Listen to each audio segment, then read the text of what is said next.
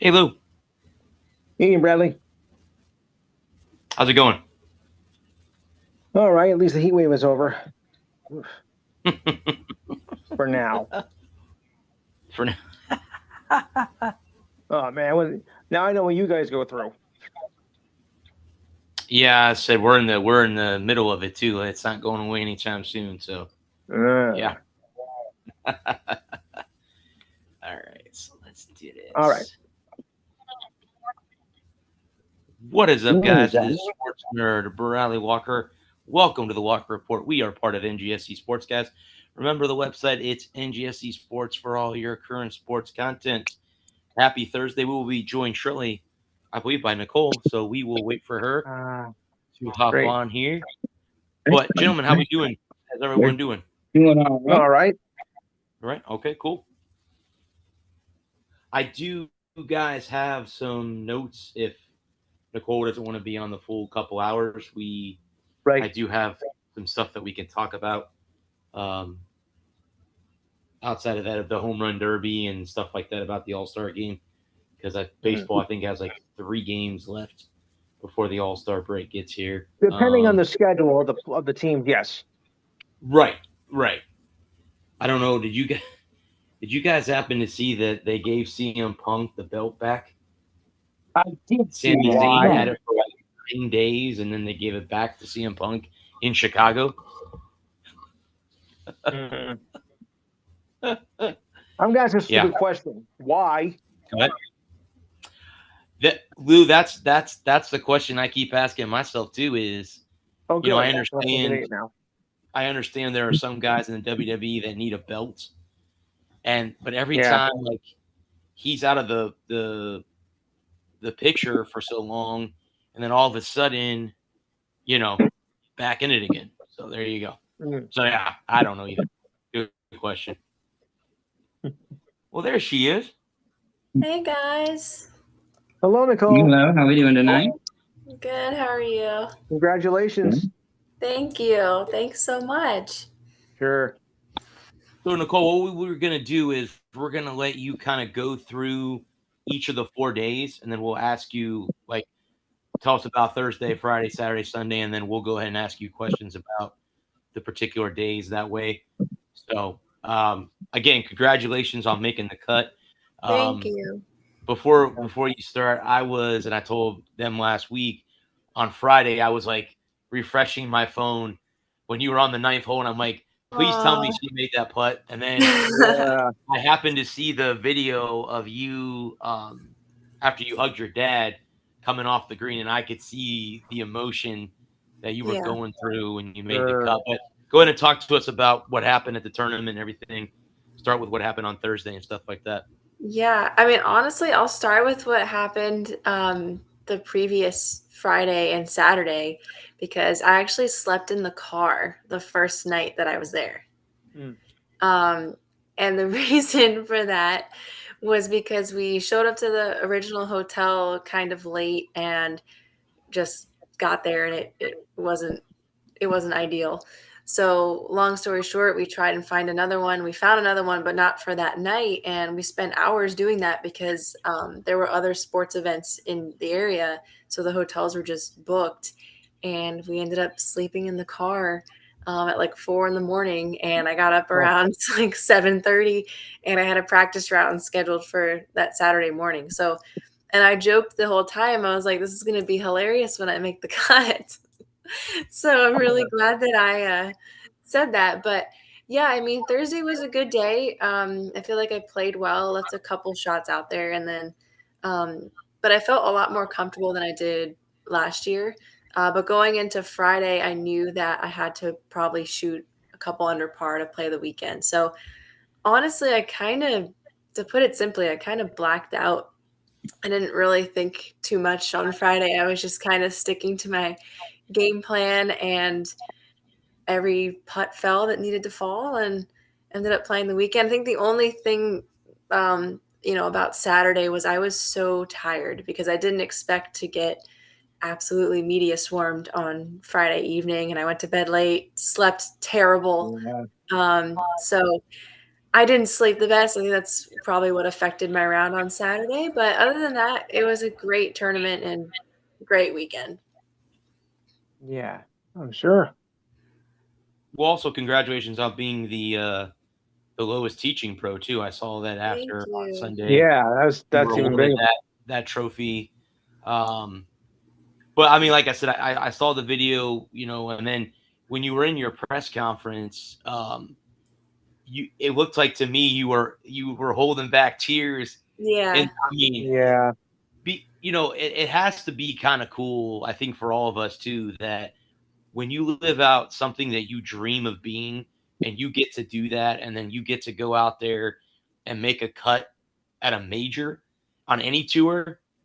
I don't know how I'd be able to hold back tears either. I'd be Yeah. like, "Yeah, man, same they're all here. coming Same out. here. I can't talk right now, guys. Like, give me 30 minutes. I gotta go let out the emotions, and then I'll be able to talk to you." But yeah, I could tell in your press conference you were holding back tears too when they were Yeah. asking you questions. So. Yeah, I was very emotional. And it was even more special, because my dad caddied for me. So, yeah, I mean, it was a really special. It was something I've dreamed of my whole life to play the weekend at a major. So, to have done it and to be in that position just really brought out all the emotions and yeah, I was crying for sure. It was a really special day. I Yeah. was I was actually looking for the press conference on YouTube. I had trouble finding it, but I did manage to catch a little bit of it, and I know how.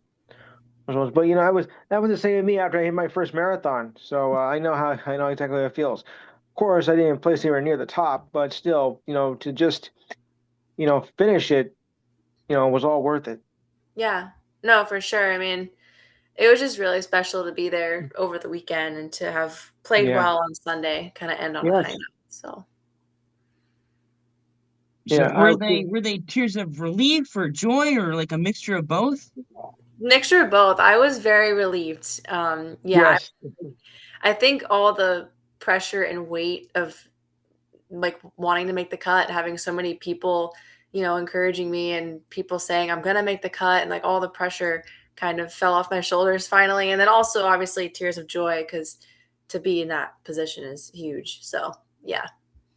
Okay, I got a question. Not that I don't have all the questions, but I had I love another your one. questions always. So now that you've had the experience of missing the cut and making, and not being able to put a weekend, having to go home on Saturday or having to watch, I'm not sure exactly what you did last year after you missed the cut. Now making the cut, and how does that change your mindset going forward? Yeah, I mean Like, does it it was take the? I'm sorry, I just no, kind of no, go wanted to ahead. clarify. No, Does go it ahead. take the pressure off for future tournaments, or like now you've got one in the bag? Is it going to be easier to just go out there, buckle down, and shoot every Yeah, hole?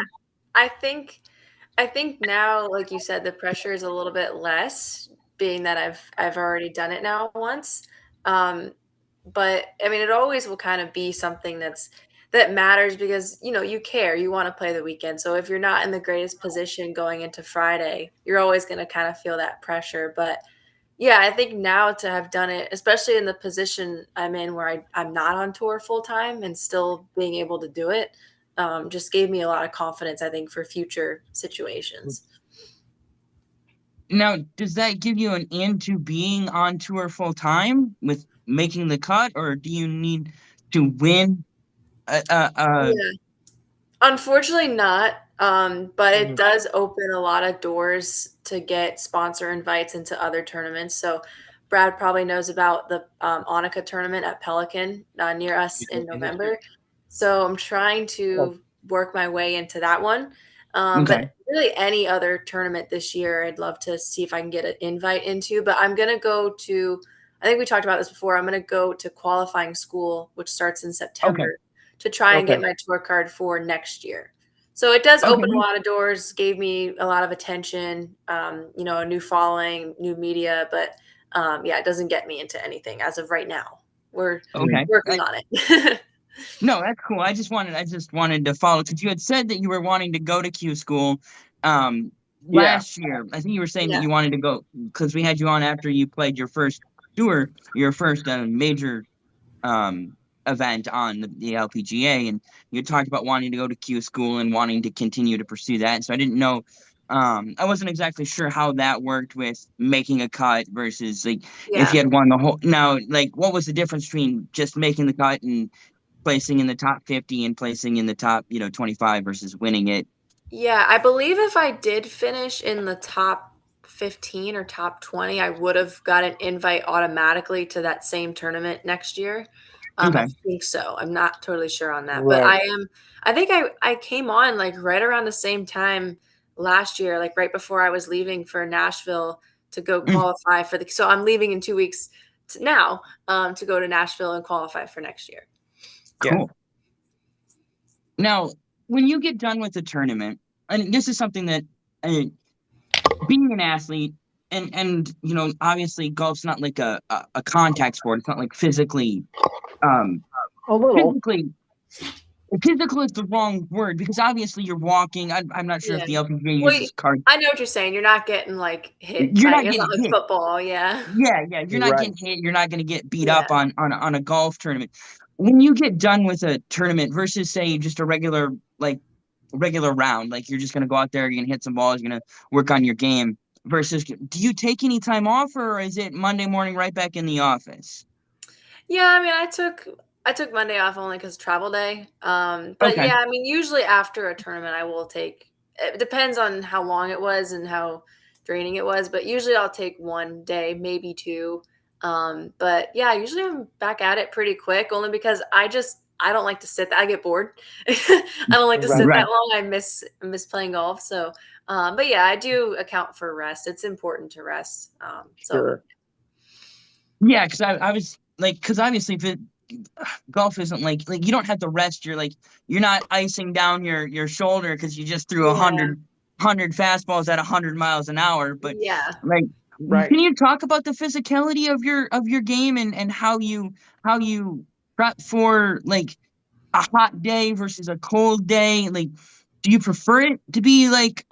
Because I'm not sure exactly where it was. I forget now. It's like not like I didn't watch the whole tournament and keep a close eye on it to see how you were doing. But where was it? What was the conditions like? And was it what conditions do you prefer to play in? Yeah, this year was extreme. this year was in Minnesota. So it was actually very nice to get out of the Florida heat. It was perfect weather. It was like high 50s in the morning and like highs in the mid 70s. It was so nice. So yeah, I enjoyed it. I mean, obviously that's like perfect weather. So I would love to play golf in that weather every time. But if I had to choose between like hot and cold, I would choose hot, only because it's really hard to play in cold weather because your body's just so stiff. Well, may I make a suggestion then?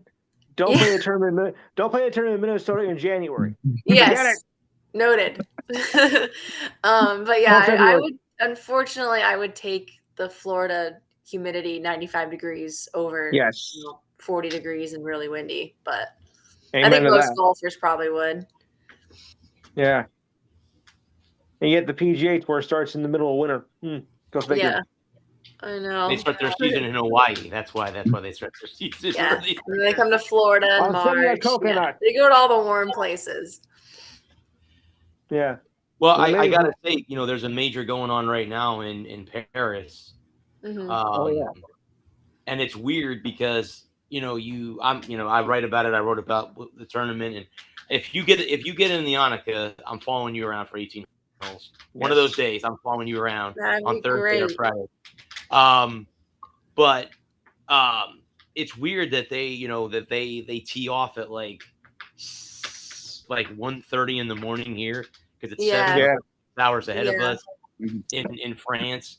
And I was in France last year on a cruise with my girlfriend, but it's weird to like in the middle of the afternoon. Oh, they're done playing golf at 1 o'clock in the afternoon here. It may be weird to us, but not so much to them. Yeah.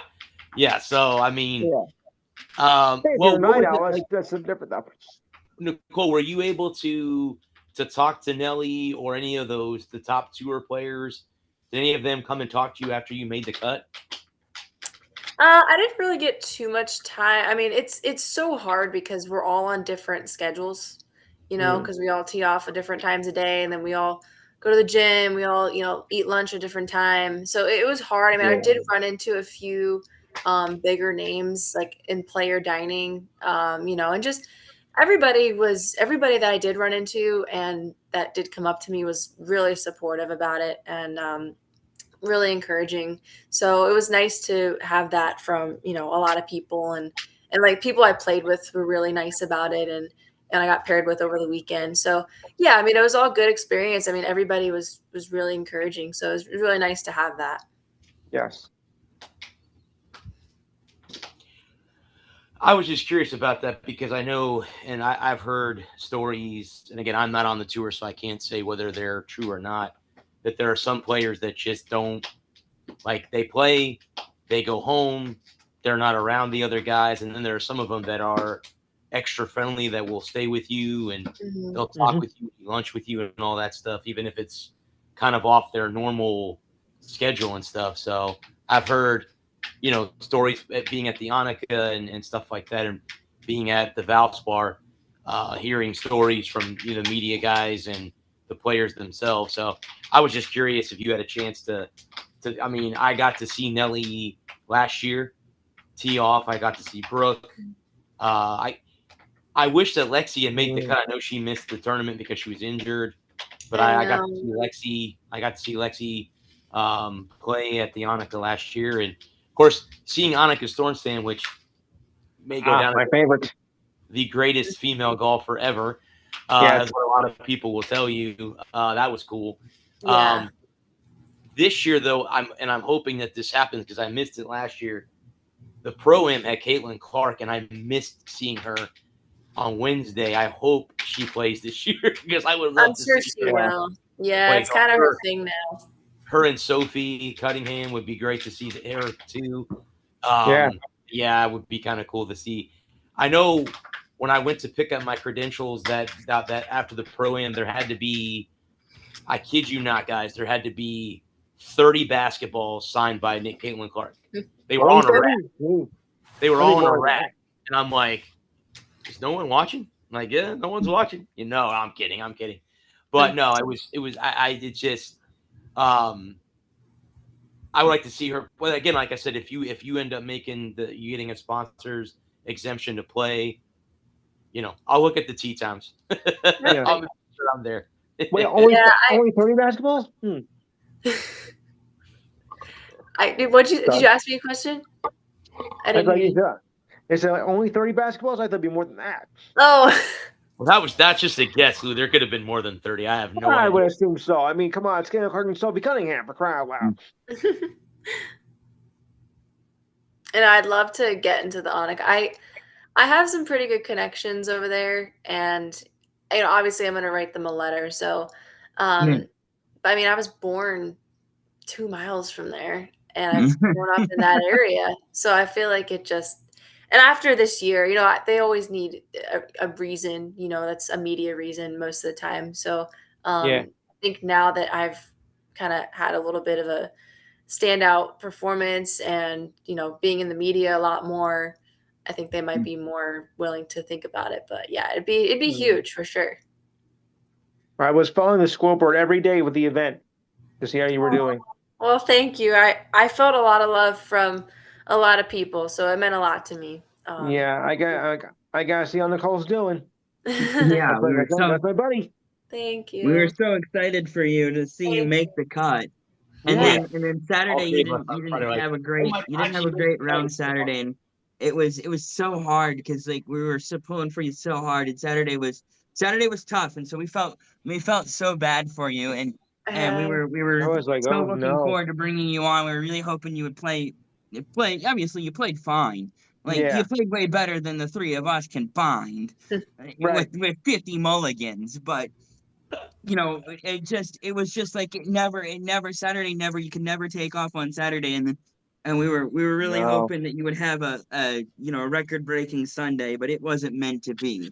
It's okay. I mean, I think I was in a position where I did what I wanted to do. I played the weekend. I made the cut. So from there, Yeah. it was all bonus. But Yeah. what really Right. killed me Saturday is I was so tired. I was just so tired, and Yeah.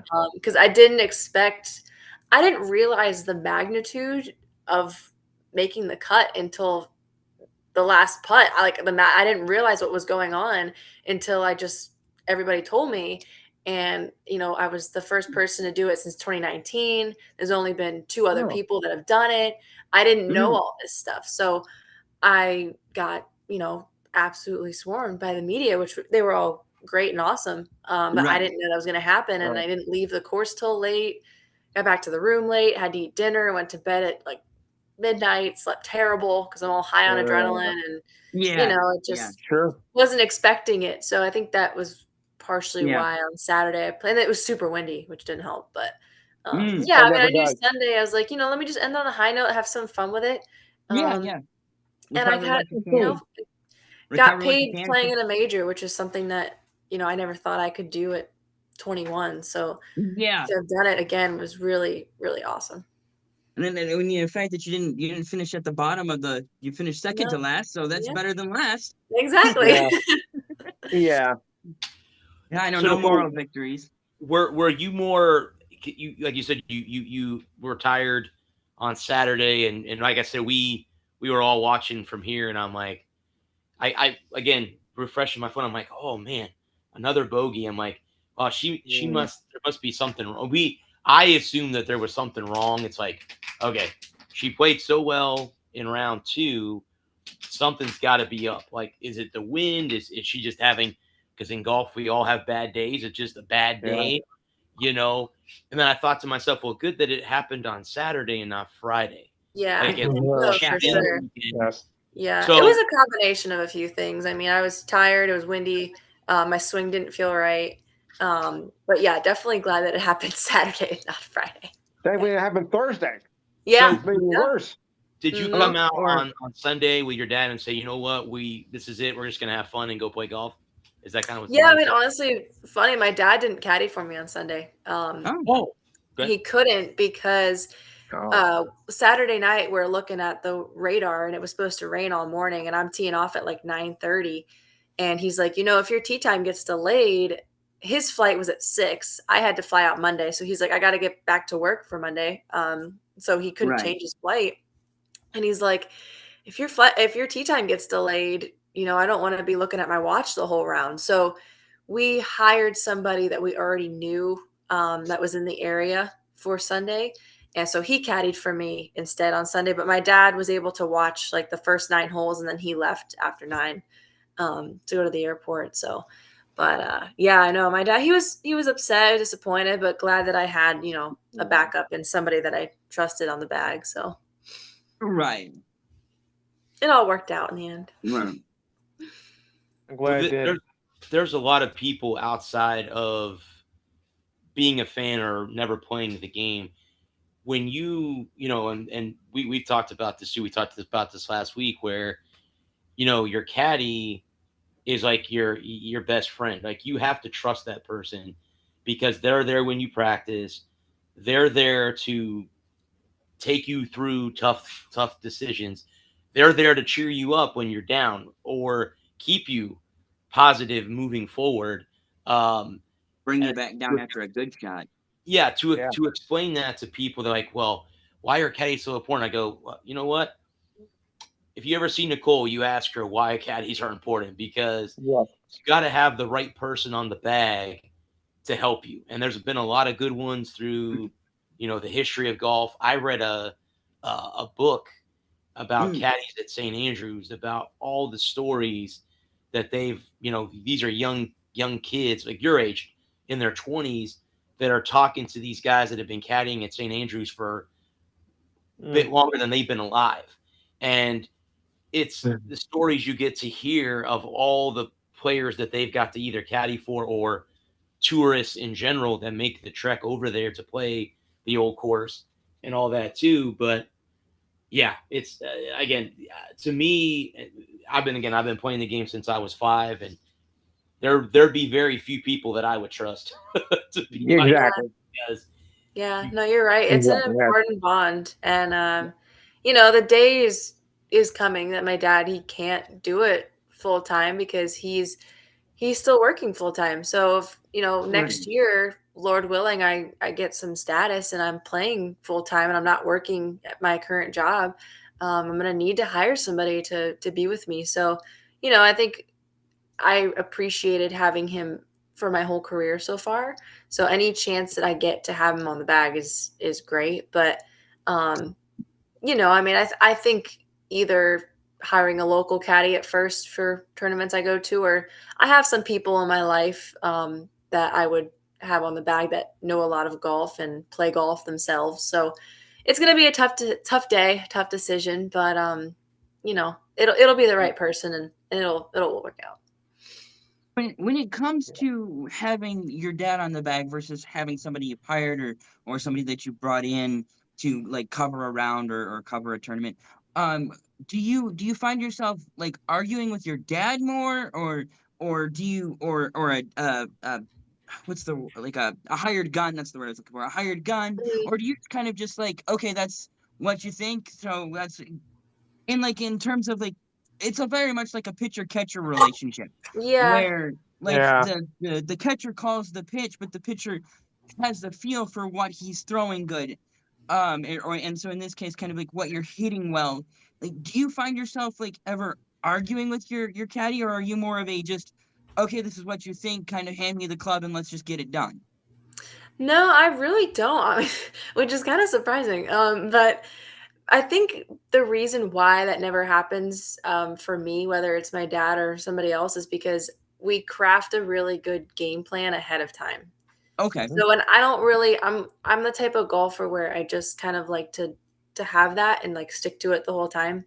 I don't really like to change it if I don't have to. So for me, it's like, but golf's not perfect, so I'll get in trouble and I'll be wanting to do one Yeah. thing and my dad will suggest something else, and we might necessarily not argue, but might kind of go back and forth over, okay, what would be the most smart decision and what would cause the least amount of damage. So sometimes I'm usually the one that likes to be aggressive and likes to go after, if I'm in, like, for example, I think like day 2 or 3, I was in the rough and I wanted to hit a bigger club out of it and try to get to the green, but my dad encouraged me to hit a smaller club and then use a wedge to try and get up and down for par, which I ended up doing, which was a smarter choice. So, I think as the player, automatically you already have that aggressive mindset, so you need someone on the bag that's gonna be more sensible.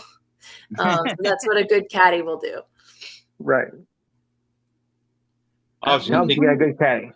you were Yes. just talking about that, about going for shots, and I think of Phil Mickelson. Every time you watched him with Sure. Bowman, they would argue, and he would say, "No, Phil, you can't hit that shot," and he'd say, "Watch me." It's like, okay, sooner or later, that shot that you think you're going to be able to hit doesn't go as well as planned, and Phil finished the U.S. Open away from the career Grand Slam. I think he won all of the other three majors on the tour. But every time I hear that, I'm like, oh, yeah, so yeah, the Phil Mickelson attitude, like I can hit that Yeah. shot, I can hit that shot. I think all players. I mean, I do it. I find myself like, no, I could just hit a 4 iron out of the rough and put it to 10 feet, and it's like, it's just not likely. And you'd rather not do that and get in more trouble than just kind of take your medicine and try to score from a different position. So I think automatically as a competitor, you're just thinking aggressive and you have this mindset, Yeah. and that's why it's good to have somebody that doesn't have that and can kind of get you on the right track. Well, I So was we gonna you say, said too bad you don't have a sibling like Brooke has her sister on her bag. Yeah. So that's one person Yeah. you could really trust, your own flesh and blood, your sibling. But yeah, I want to say, I think I saw a clip earlier that her sister just had a baby recently. So Yes. Yeah. Right. She did. congratulations to her. Mhm. Brooke's sister, yeah. So I followed Brooke at the Annika last year. I walked 18 holes with her last year. Um, and I'll tell you what, for her being from Canada, she's got a following down here, Yeah. because the Annika again is in November, so all the snowbirds are back, and Nicole can justify that working at a golf course. all of the snowbirds are back down from up north because it's cold. So they Mhm. come to Florida where it's warmer. And she had quite a following. Canadian, the Canadians that were down here from up north. And I got to see Charlie Hall play. That was cool. She's a good player. Yeah, she is. Like I said, I got to see Lexi. The one, of course, everybody last year at the tournament was there to see President Trump's granddaughter. Like that was Yeah. the big thing. And she came. I've never in my life seen, and again, and this is because of her who grandfather is, but she comes on the 10th tee at the Pelican, and there are guys with wristbands on. And it's like, yep, that's Secret Service. You knew who they were because they were guns on their hips. You knew exactly who they were. And anybody got close to her or her entourage, they were gone. They were gone. And I'm like, yep. And I guess according to what I've heard, she's going to the University of Miami to play Yes. golf. She's Mhm. committed to play golf at, and I think, correct me if I'm wrong, isn't that where Charlie Woods is going also? Tigers boy? No, I think he's going. I want to say either Miami or FSU. Maybe it's Florida State. Maybe it's I Florida think State. it's FSU, but I'm not sure. Yeah. Yeah. Yeah, it was interesting to see her, her and all her entourage Yeah. last year at the golf tournament. But yeah, like I said, I know they're in. So does the LPGA Tour have 5 majors? Because this is the 4th major. Yes. 5. Mhm. Wow. They have 5. Yeah. And But then with again, PGA says 5.5. So so this can't rule out the one you Memorial. played, Come on. this one you Well, just played you in, also which one? count the player. A lot of people count the players. So I mean, That's we're true, that's talking true. like I do. 6 now. Yeah. I do. So this Okay, and last 6. one that you just played in, which one was that? Was that 3, 2? The third one. Yeah. Uh-huh. Third one? Okay. So there's 2 more left for this year. Mm-hmm. Well, they're in one right now. Oh, okay. They're in Paris right now, and they have the Open Championship, which will also Yeah. be in Europe, somewhere in Europe. And then I think they have the Solheim Cup too. They this do. year. Yeah. Uh-huh. I'm so excited for that. I love watching it. It was Between cool because the course I was at, Hazeltine, they've had a Ryder Cup there before, but they have another one coming in 2029. Okay. So I'm interested to see how that plays out in 29, having already played there. So I'm excited to watch that. Now you were talking earlier about having a game plan. Now, does that is that for every shot or just kind of like an overview? Walk us through it, like a tip of just pick a hole, let's say 8, and walk us through a game plan for hole 8 at the last tournament you played in. At Hazeltine? Yeah. Hole 8 was par 3. Okay. Well, actually, one of my favorite holes. It was a fun hole. And see, the way I mean, all players are different. The way I try to come out with a game plan is finding a good target and kind of knowing what club I'm going to hit going into it, just so I have an idea. So this particular hole, talking to members and talking to people that worked there, they kind of gave me the advice to just play towards the middle of the green because there was water to the right and the green was kind of slanted left to right. So they just told me play to the center of the green and that's all you need to do, no matter where the pin is. So that's kind of my game plan going into that hole is I would just pick the club depending on the number and usually play low of the hole and just aim towards the middle of the green. And that was Okay. kind of my game plan. I kept it really simple. Is that kind of how you approach every do you approach your tee shots the same way as you would a fairway shot and your putts or how do you game plan for every shot or just your drives or your approaches? How do you approach that? Yeah, I mean, usually the most of my work goes into off the tee. So finding the target, something to aim at that's good if I, hit the target and also good if I miss it, I'm leaving room for error. So most of my work is off the tee and finding the right club and target. And then with approach shots, it varies because your spot in the fairway changes. So you never really know exactly where you're going to be. But yeah, I mean, I'm one of those players that just keeps it simple. I just like to know the number and what I should play it and just go from there. Some players like more technical stuff when they're out there. I just kind of like the less the better. Just tell me the number I need to hit, and I'll hit it. That's kind of how I like to go into it. Right. And so now the tournament's been over for a few weeks. You've had a couple of weeks to think about it, and do you go back and watch film? Is there a lot of film you can go back and watch?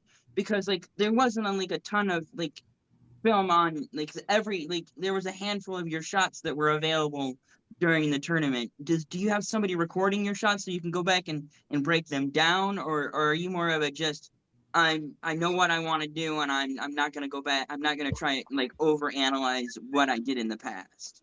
Yeah, I mean, I think most of my reminiscing is just from the special moments. I still look at pictures and videos of, especially Friday, but yeah, there wasn't too much. I mean, I have probably like a dozen shots over the 4 days, so I don't really look at those. I mean, unless I am, talking about that specific one to show to somebody, but really, I still think about it. I still wish I could kind of go back and relive that week. It meant a lot to me, and it was really special. But typically, no, like any tournament, I don't go back and look at anything specific unless I'm playing that course again. Okay. And then I'll look and see what I did the previous year or last time I was there. Is it kind of hard to like approach a course the same way twice because it really doesn't play the same way twice? Honestly, no. I mean, even in like Nashville this year, I'm kind of going into it with the same game plan I had last year because it Okay. worked. So I'm really not changing too much. I mean, I know they changed the yardages on a couple holes, so I have to see that when we get there. Like Um, what? Yeah, like what kind of change? Like what They kind of made change? it. They made some holes a little bit longer, which Okay. honestly benefits me, so I'm fine with that. But Okay. yeah, I kind of stick with it. I mean, now that my yardages are pretty consistent, nothing's really changing in my game, Good. so I can kind of just go back and aim at the same targets, kind of have the same game plan that I had last year. All right. Like having your swing mechanic is going to stay the same. That's kind of what I was curious about. That's what I was trying to drill down on. It's like, do you watch your swing Yeah. mechanic to like make sure that you're like, do you watch yourself play to like get an idea? Like, because I know some guys are like, and not just guys, but guys being a gender neutral term. Right.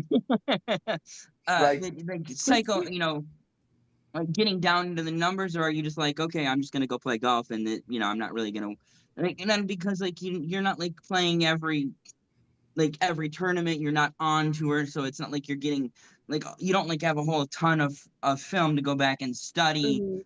to like get an idea of what you're doing. Is it just more of a kind of a feel thing for you, eh? Yeah, I mean, I'm just naturally a field player. I've always been that way.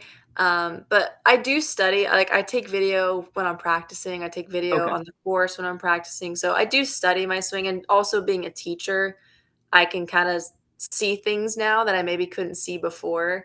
So I do study it. I enjoy it, and then I also send my videos to my coach so she can look at it and see if there's Okay. anything that she notices. It's like taking care of something. You check up on it, you make sure it's okay, everything's healthy. It's kind of how a golf swing is, because you can form habits without even realizing it. Mm. So it's just always keeping an eye on it is super important. We might No, have the asked Ryder, this the Ryder Cup drives me crazy every year, every 2 years. I know. Same here. Same here. Or Me the other too. tournament. President's Cup. Yes. Oh yeah. We That's win a that good one every year, Lou, so it's no big deal. Yeah. We don't win the Ryder Cup too often. We don't win the Ryder Cup Yeah, too we often. need a lot of help with that. Yeah, we Especially do. especially on foreign soil. We need help. Well, and we just got our butts handed to us last year on U.S. soil.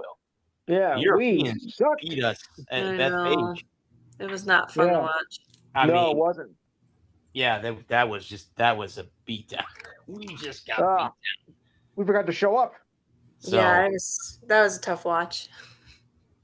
and I I couldn't look felt at it the second day. bad for Keegan Bradley, who was the captain, I know. and should have played. He I should have agree. played. Yes. I agree. Yeah. He coming into that week, he had played well the previous few weeks, and he should have said, you know what? I'm making an executive decision. I'm going to play.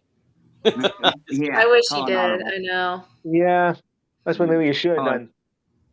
Maybe he's gonna tap himself in. Well, we'll see what happens at Hazeltine in 2029. I'm Yeah. so Hazeltine is excited. where? Minnesota. Where is that? Minnesota, Hazeltine. That's where I just Oh, was. okay. Yeah. Oh, okay, Yeah, up that's at where she just played. the frozen tundra. Okay. Yes. Yes. So 4 hours away from the Canada border. So what does it take to get into Q school? Are you just, is it just like you fill out your application, send them in your footage, and then like your 2 tour appearances, and then pay your money, and you're allowed to go? Or what does it look like for you specifically? I wish it was that easy. You have to fill out an essay why I love golf. Yeah. No, I wish it was like that. I wish it was that easy. They call it Q school. It has nothing to do with school. It's honestly, it's called Q series now because it's a series of tournaments. So you do have to play. Yeah, it's playing. So stage 1, it's basically they start with 500 players and they narrow it down as you go. So that's basically how it works. Yeah. So stage 1, you got like a few hundred people, gets narrowed down to a couple hundred, and then you get stage 2, gets narrowed down to like 70, 80. And then stage 3, the top 30 get their tour card, and then the rest get like partial status. So yeah, it's a series of 3 tournaments basically. And so how do you apply to? Do you have to be? You just sign up. You just sign up. I mean, you have to be a professional, and you have to have the right handicap index. But you just sign up. Yeah. Is there like an entry fee that you pay to? Yeah, it's pretty expensive. Sure. The first 2 stages, I think, roughly like combined are like 5-6 grand. The first 2 just to enter it. So it is pretty expensive. Yeah. Yeah, well, you've made some money this year, so you're doing all right for yourself, from what I've heard. Yeah, it was nice to get that and have that paycheck. Yeah. Yeah, that covers. Yeah, that's I was obviously they changed the name because it's not actually a school. You're not like going to learn golf. But yeah. So I was just curious about how you went about attending, for want of a better word. Yes. Yeah. It's just 3 tournaments basically, and you have to make the cut into each stage. So if you fall short, you fall short. But if you get in, you just keep going. Mm-hmm. Is it all is it at 1 course or 3 courses? Is it over multiple weekends, or? Yeah, it's over the course of like 3 months. But they changed it. So they used to only have 1 site for stage 1, but now they have 3. They have one in California, Texas, and Florida. So I'm going to the one in Florida, and then stage 2 is also in Florida. And then stage 3 is in Alabama. So they're all fairly close to me, which is nice. Watch out the Crimson Tide. Yeah. Can drive to the first 2, can possibly drive to Alabama. So is it going to be close enough where you'll be able to go home at the end of the night, or are you going to have to get a hotel room? No, yeah. So stage 1 is in Daytona Beach, which is across the state from me. And then stage 2 is in Venice, which is 3 hours south, 2 hours south of me. So no, but my coach lives in Daytona Beach, and I have a lot of family down south. So it kind of will feel like home because I'll have people around me that I know. At least is your coach going to let you spend the night, the weekend? Have you talked about that? I think so. Yeah, I haven't really talked to her about it yet. She lives like 30 minutes from the course, so I might try to find somewhere a little closer. But I'll see. I was just thinking in terms of saving money on travel and lodging. She would totally let me. You got it. Luckily, I don't have to buy a plane ticket or anything like that. Right. So. Well, with gas at $4 a I'll gallon, buy a it might plane be ticket. cheaper I to know. fly. Yeah. I know. Gas is crazy right now. So am I. But that's another story. You've always been crazy, regardless of the gas prices. Thank you. I'm glad you noticed. What golf course in Daytona? LPGA International. I've played there. Yeah, it's good property. I've heard of that. So I'll tell you a funny story about that golf course. I was out there with my dad and my uncle who taught me how to play the game.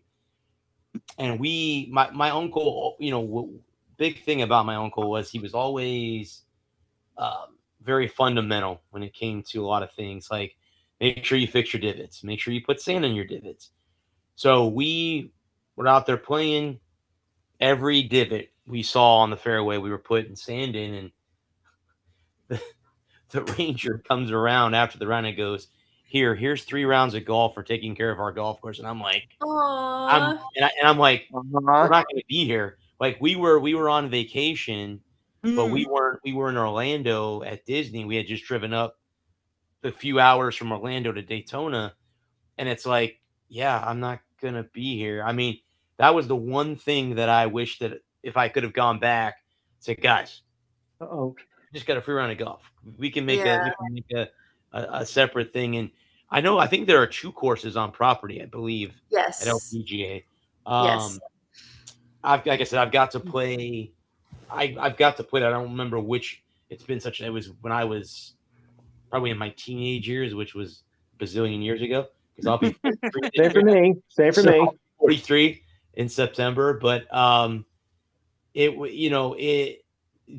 so where's the golf course in Venice? Do you know with the where they're playing? I think it's called Plantation something. I've never been there, but my Heard of dad that. like grew up on that course, so Mm. that's Oh, funny. nice. But yeah, I think it's Plantation Bay, maybe. I'm not totally sure. But yeah, I mean, it's convenient to have both the first 2 locations really close, and I can go ahead of time and play them, and I'm planning Yeah, on doing that. So, yeah, it's really helpful to have that. that Would you was would gonna you be would you my next. Nicole drive to the golf course in Alabama to get a kind of a I gist for? mean, yeah, we haven't really crossed that bridge yet. I mean, it's drivable for sure. I mean, we Well, drove it to depends on. Nashville last year. Thank God we're Okay. flying this time. Yeah. No That kidding. was not a fun Yeah. drive home. But yeah, we've thought of it. Like we're spitballing about it. Like maybe just drive to Alabama. So well, that's not till November. So we'll see Okay. what happens. Plenty of time. Plenty of time. Yeah, Yeah, that was gonna I'd be my like to follow. get to stage 3. So Yeah. hopefully I play well enough to get into that position. Well, Right. I would for you. You don't have to be best, but you just have to be. You don't have to be the best. You just have to be better than the worst guy. Just Right. get there. Just get there. Yep, exactly. Yeah, that was gonna be my next question. Is there, are you allowed to go play them, like pay for rounds up there, or is it kind of like no, you have to be, you can't sight unseen. You can only play a certain amount of times there. Or, Yeah, no, it's unlimited. I went and played LPGA in March with my swing okay. coach. And her and I get to play for free because we're LPGA certified. So I Cool. can go out there pretty much whenever to practice or play, which is really convenient. It perks of being a LPGA member because I get to play for free. So it's really nice. Yeah. Now, Sure is. I know we've had you on for about an hour now, and if you want to head on out, we're perfectly fine with that. And if you want to stick around, you hang out as long as you want. Are you have you and if you can't talk about it, if you can't get into it, that's fine. But on the sponsor front, is there anybody that's reached out to you and made inroads about bringing you on to sponsor you, or is that something you're not really worried about right now?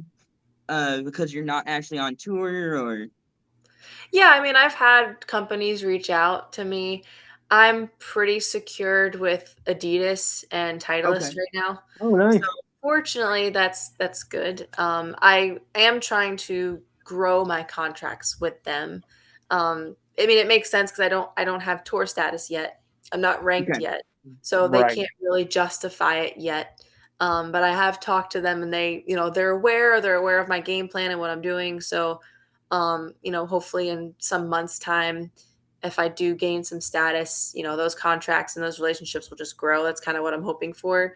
But yeah, I've had people reach out to me like clothing brands and, things like that. But I'm not really interested in switching because I really love Adidas and I'm okay, trying to be Yeah. loyal to them. So um yeah. I mean, again, it's kind of like cross that bridge when we get to it. Mhm. I'm more or Sure. less looking for a financial sponsor to help with Q School and some travel for next year. That's kind of the main focus for sponsors right now. So that's kind of my focus with that. I think Adidas makes the best golf shoes ever. Oh, Not aren't to they be biased. great? Aren't I they great? wear Adidas shoes too, so I can vouch for that. I love it. Have you seen Yeah. the new Code Chaos that just dropped? They're so Oh no. Oh yeah. nice. Yeah. They're great. I mean, I'm not just saying that because I'm on contract. That's one of the reasons why I wanted to be with them is because I've always worn their shoes growing up. So Okay. I was like, yeah, I So think have I. Adidas is the one for me. And it all just kind of fell into place. Do you have one pair of shoes for the whole weekend? Do you wear multiple pairs? Do you bring multiple pairs in case like they get wet or Yeah, no, lost? Or... funny you should ask that. My rep, I mean, especially for the major because it's a big deal, but he gave me I think like 8 pairs of shoes for 4 days of golf. Well, maybe like a little more because of practice rounds, but yeah, he gave me like a lot of shoes. I have so many shoes. Like we just turned my guest room into like my dressing room because there's so much shoes and clothes in there. But yeah, I brought 4 pairs of shoes with me. I think like 10 outfits for 9 days, like Oh, 5 good different God. hats. Yeah, my Wow. suitcase was packed for the week. That's a check bag for sure. Yeah. Oh yeah. Oh yeah. Really overweight bag as well. It was heavy. Yes.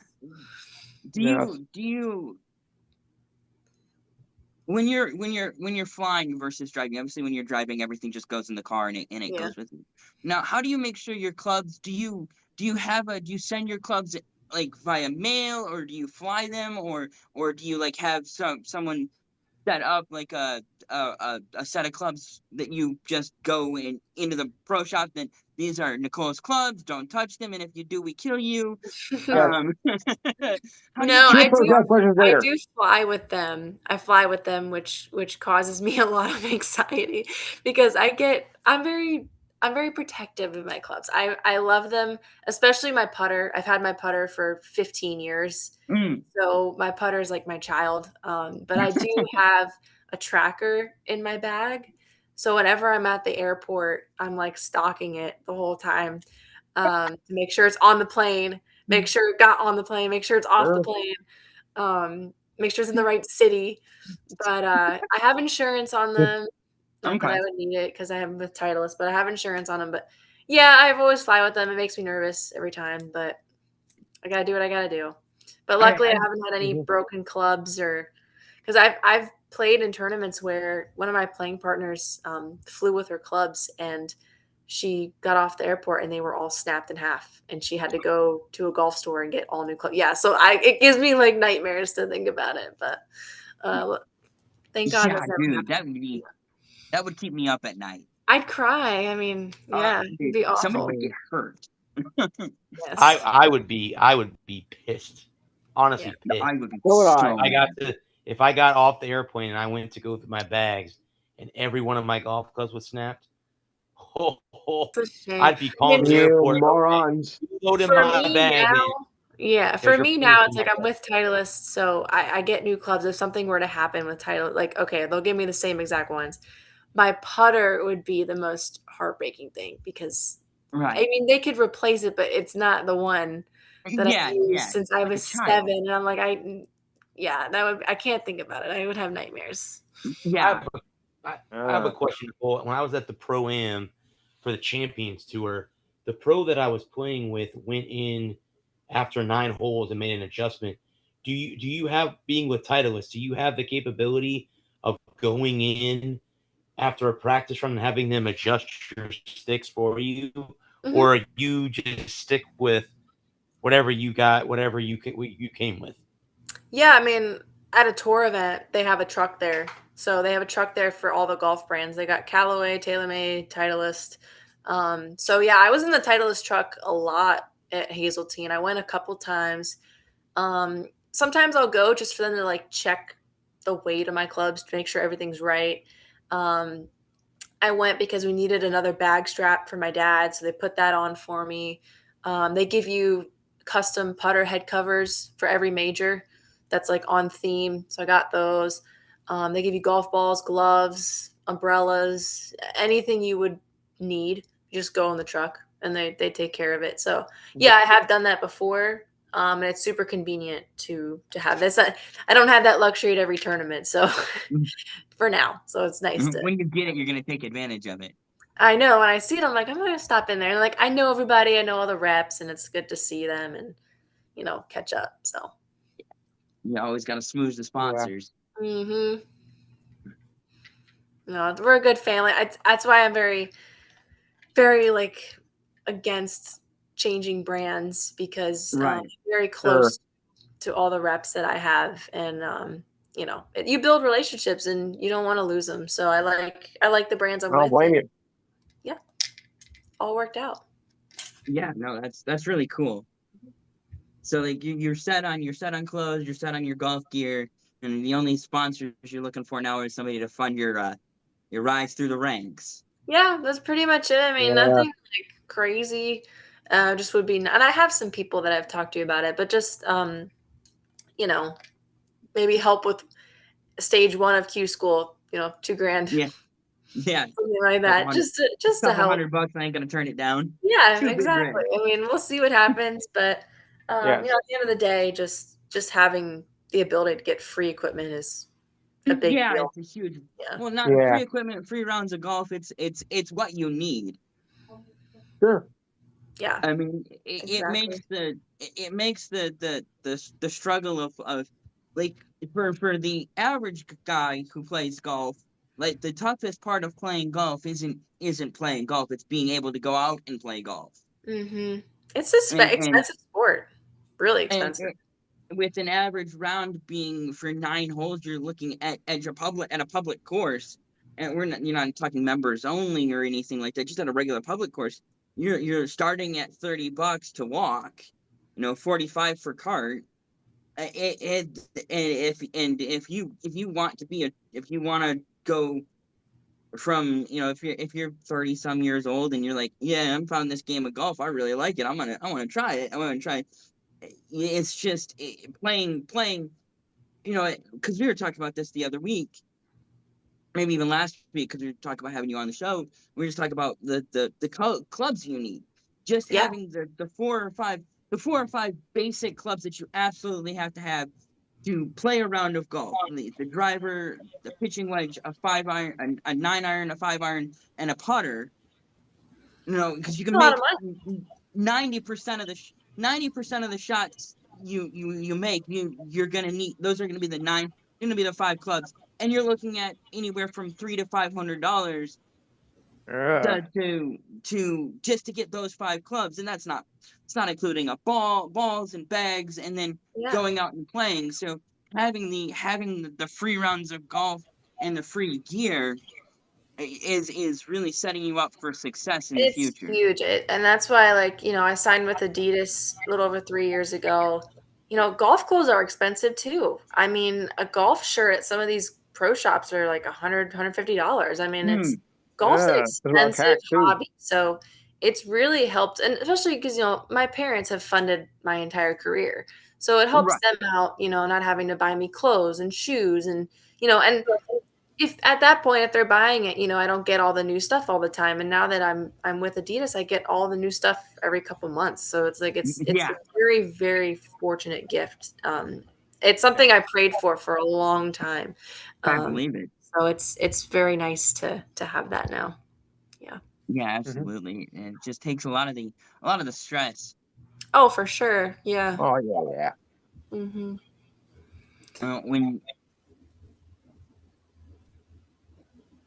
But it was great to see all your faces again. Thank you so much for the support and everything. It meant a lot to me. I loved all the text messages and all the love. I felt everything. So, thank you, and it means a lot.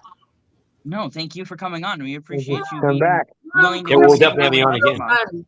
I always love coming on and talking. We have a good time. Hey, Nicole, by the way, I have a show as well. If you want to try chime in on, if you can, on Saturdays, if you're available, that is. Okay. All right. I know it's a little bit early to the promo guys, but I just want to get in. So my show is called the Enhanced Sports Show. I did not make the title up myself. I really didn't. Because after all, it was inherited to me, So, now, are you on the East Coast or are you on that weird time zone in Florida? Yeah, I'm on Eastern. Okay, so you're not like in that weird time zone. No, not Central. Okay. No, because I know Florida has 2 time zones. So my show is from 4 to 6 p.m. Eastern. Okay. It's a live call-in show. I do have a big mouth, as people have told me, and they know too. Number is 512-543-4662. Again, 512-543-4662 or 1-800-HELP-ME. That's the backup. Because I might need it. And I do cover mostly the big 4, but we do also cover the majors and other events like tennis, golf, soccer as well. When the majors come up. So if you want to talk about anything in if your experiences with golf, what you do with these guys, feel free to chime in because I can use all the help I can get. Well, thank you. I will try my best to get on. I've had a lot. This is like my 8th podcast this week. I've been slammed. I I've only done appreciate 6. you carving out some Yeah. time for us. So I will try my best. But I do appreciate you guys, and like I said, it's great to see you all again. Yeah, Thank it's you, great Nicole. to have you. Nice And we having you back. really, and after getting to talk to real reporters and real journalists, I appreciate you coming Right. on and spending some time with No, us. you guys have seen a lot over the years, so it's always nice to kind of go back to the roots, Who So was your favorite though growing up? Your favorite golfer? I kind of have a big 3. I've got Lexi Thompson, Paula Kramer, and Brittany Lincecum. Those are my big 3. I got to play with Brittany. Love her. There was another. I talked to her. She's awesome. She's like I consider her a friend. I know Bradley said that Annika Sorensen was, of course, the like the number 1 great female golfer of all time. Oh yeah. But I'm thinking back to when I was young, and that was a long time ago. There was another big female golfer. Her name was Nancy Lopez. I don't know if any of you guys remember her. Uh-huh. Yeah, and her husband was a baseball player who used to play for the Mets. Yeah. Ray Knight. She's awesome too. I love obviously Nancy and Imagine that though, a husband and wife, both super athletes. Yeah, exactly. Not all that uncommon. Yeah. Athletes It's get together. that's the funny thing about being a world-class athlete is you end up being in that world. Yeah. You know the people in that world. It's not unlike, in the regular world with a diner, a waitress at a diner and a truck stop mechanic ending up together because they run in those circles. So obviously they somebody in their life, they met somehow, and whether it was she went to a baseball game or he went to a golf tournament or they had mutual friends because he knew somebody that knew somebody. Then so that it's really not that surprising that 2 superstar athletes would end up together. It's Derek Jeter dated who did he not date in the early 2000s? He was everywhere with everyone. So it's really not that shocking when you think about it, Yeah, sports is a small world. I mean, whether you're in the same sport or different sport, it's a small world. That's true. And I was thinking about this the other week, a couple months ago actually, is that being famous in your world is so much different than being famous in the world. Like it just happened to be a guy ordered at one of the places I work. He ordered some food, and he had a famous last name. Obviously, not no relation to the famous person. But I was thinking about how, and I know you're trying to beg off, so no, you're fine.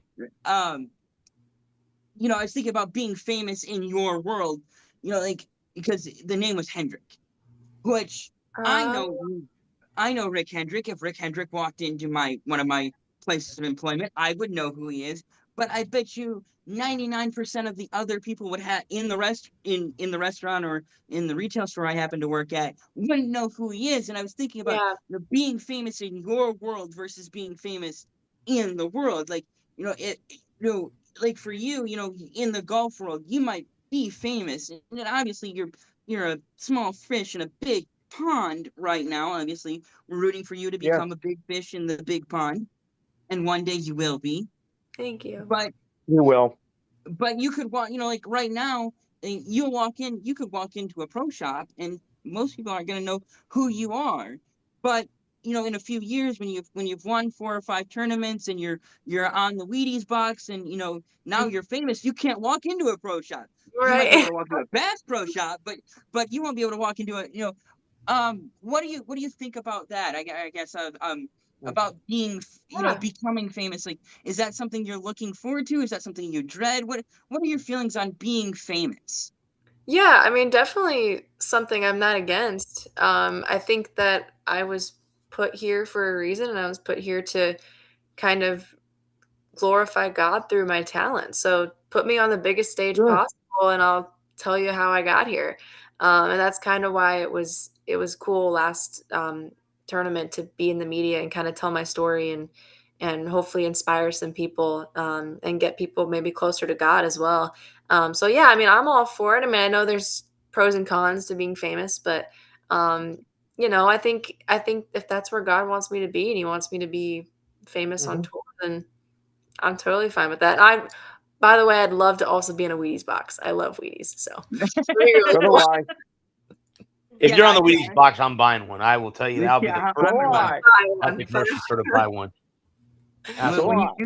When you get your face on a Wheaties box, we're all gonna buy a box of Wheaties. We don't necessarily have to eat the Wheaties, but we're gonna all cut out. We're gonna cut the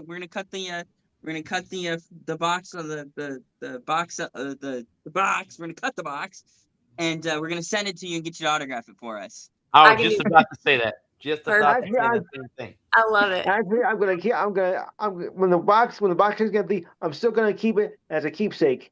Or what I'm gonna do is, if she plays in the Annika, I'll catch her after a round over and get her autograph. So then when she does become famous, it'll be worth something. She'll be famous. She's gonna be great. Yep. Thanks, guys. Yeah, we're definitely rooting for you. Thank you. Thanks so much. Yeah. It's just fun to have you on and pick your brain about playing golf. And I love being on. You guys ask really good questions, and I'm always down for it. So thank you. And maybe we'll check back in after Nashville. And okay, sounds good. Sounds good. When's Nashville? Yeah. When's Nashville? 2 weeks. Okay. Thanks. All right. I'll text you then, Nicole, and I'll get with you. I'll send you the link, and you can follow along. Sounds good. And if not right after Nashville, definitely before you go off Q series. Yeah. We can definitely have you back on before you go off to Q. That would be great. Wish you luck and thank you. It means a lot. Oh yeah, no, thank you. Yeah. And I know I gush, but I appreciate you spending the last hour with us. Yeah, of course. Yes. It's a lot of fun. Lets me wind down before I go to bed. I gotta work. Yes. That's why I do this too. But sorry we keep you awake. No, you're fine. I'm a night owl. Same. Thanks, guys. Have a good night, Nicole. Thank you again. Okay. Nah, dude, God, I love having her on. Yes, Yeah. I agree. Anyway, you said that golf is on a contact sport. There is one exception to that rule. Oh yeah, what's that? Simple. When Brooks Koepka and DeChambeau play the same course and go at each other, that is a contact sport. There you go. Well, DeChambeau, though, he's more focused now on his YouTube channel than he is. Yeah, he does a whole bunch of YouTube stuff. But he still hates his guts anyway, It's pretty funny. Yeah, but he still hates his guts. Well, and I think we talked about this too, and I just wrote an article on the website. I think the Live Tour is going to be gone by the end of this year. I think it's going to crumble, and all those guys that are on that tour are going to have to come back to the PGA. So, justice after all. Yeah, I come back with their hat between their hands. Yeah, correct. Hat in their hands, tail between their legs. The part of the article that I wrote, they need like $300 million to stay afloat, and the Saudi Arabia government's like, it ain't coming from us. Screw you. Yeah, coming from us. No, we put our money into this tour, and it was supposed to beat out the PGA. Unfortunately, it didn't. Idle words. And- Idle words. Because they went from having 3-day tournaments to going to 4 days. Oh, damn. I wanted to ask Nicole about that. And Oh, also, too, they don't have majors. They don't have any majors on that tour like no. LPGA has. You guys were talking earlier. I have the house to myself the next 4 days. My girlfriend is in Ohio. Okay. Oh. So I'm home by myself the next 4 days. So Mm. I have one of my close friends who, when I do get married, will be one of my groomsmen. Right on. His birthday is tomorrow Oh. night. And then Saturday, I got to take my dog to get a bath, and then I'm bringing Okay. her home. I'm going to go bowling, go get lunch, come home, take a nap, go get dinner, watch the UFC fight because the Conor McGregor fight is on Saturday night. Oh, Right on. yeah. Fight. And then Sunday, I'm getting up and going to the driving range to go hit balls, wash my car at the car wash, and then I got to go to my sister's house. So even though I'm home and my girlfriend's not here, I have a busy weekend. Sounds like it, brother. So, I mean, I'm going to try to Hey, staying busy. it's different because normally, like, she'll come home like right after the show is over. Yeah. So, like, when I get off here and I take my dog out for a walk, she'll call me on the phone and say, "Oh, I'm on my way home." Well, tonight it won't be that. Tonight it won't be that way. So What are you gonna do with your? Hey, at least you don't have to figure out what you're gonna do with yourself for the next 4 days. no, like I said, I mean, I had the show tonight and I was excited that Yeah. Nicole was coming on. And I'm Oh, like, dude, I'm so okay, excited. so there's the start of the 4 days. Then Friday I got to go to work tomorrow and then got to do that tomorrow night. Right. And then Saturday I got to get up and take my dog for a bath, bring her home. Then I'm going to go to the bowling alley and go. I haven't bowled in almost 2 or 3 weeks. I got to go back. Oh. I was in a league, but the league that I was in is, I don't know, all bowling leagues are competitive, but when you're on a team by yourself and these guys are bowling 200s or more every game, I'm a beginner. Yeah. The first game I bowled in league was a 90. Oh, that's good. So I'm like, Better than I've this ever league's bowled. not for me. So I'm going to take the summer, work on your game and work on my game, and then in the fall, I'm going to go join a team-based league and go do that and have fun and, enjoy bowling league. But I get you. yes, I'm a competitive person, but then I know when I'm out of my league. I know when I'm not, I don't fit. Like, I don't fit in that league at all. So I am going to go bowling on Saturday because I got to go to the shop. I'm going to get finger plugs put in my ball. That's popular on tour. I watch a lot of bowling content on YouTube now. The channel that I would recommend is the House Bowling. Okay. Patrick Hanrahan, I think is how you pronounce his last name. He's the one who runs that. He just won his third PBA title this year. And one of his other guys that's on the channel is Boog Kroll. The guy's like 5'2". He won his third title this year as well. But it's kind of cool because they will show you, they goof around on the bowling alley. They'll go to bowling alleys and they'll do stupid, silly shots.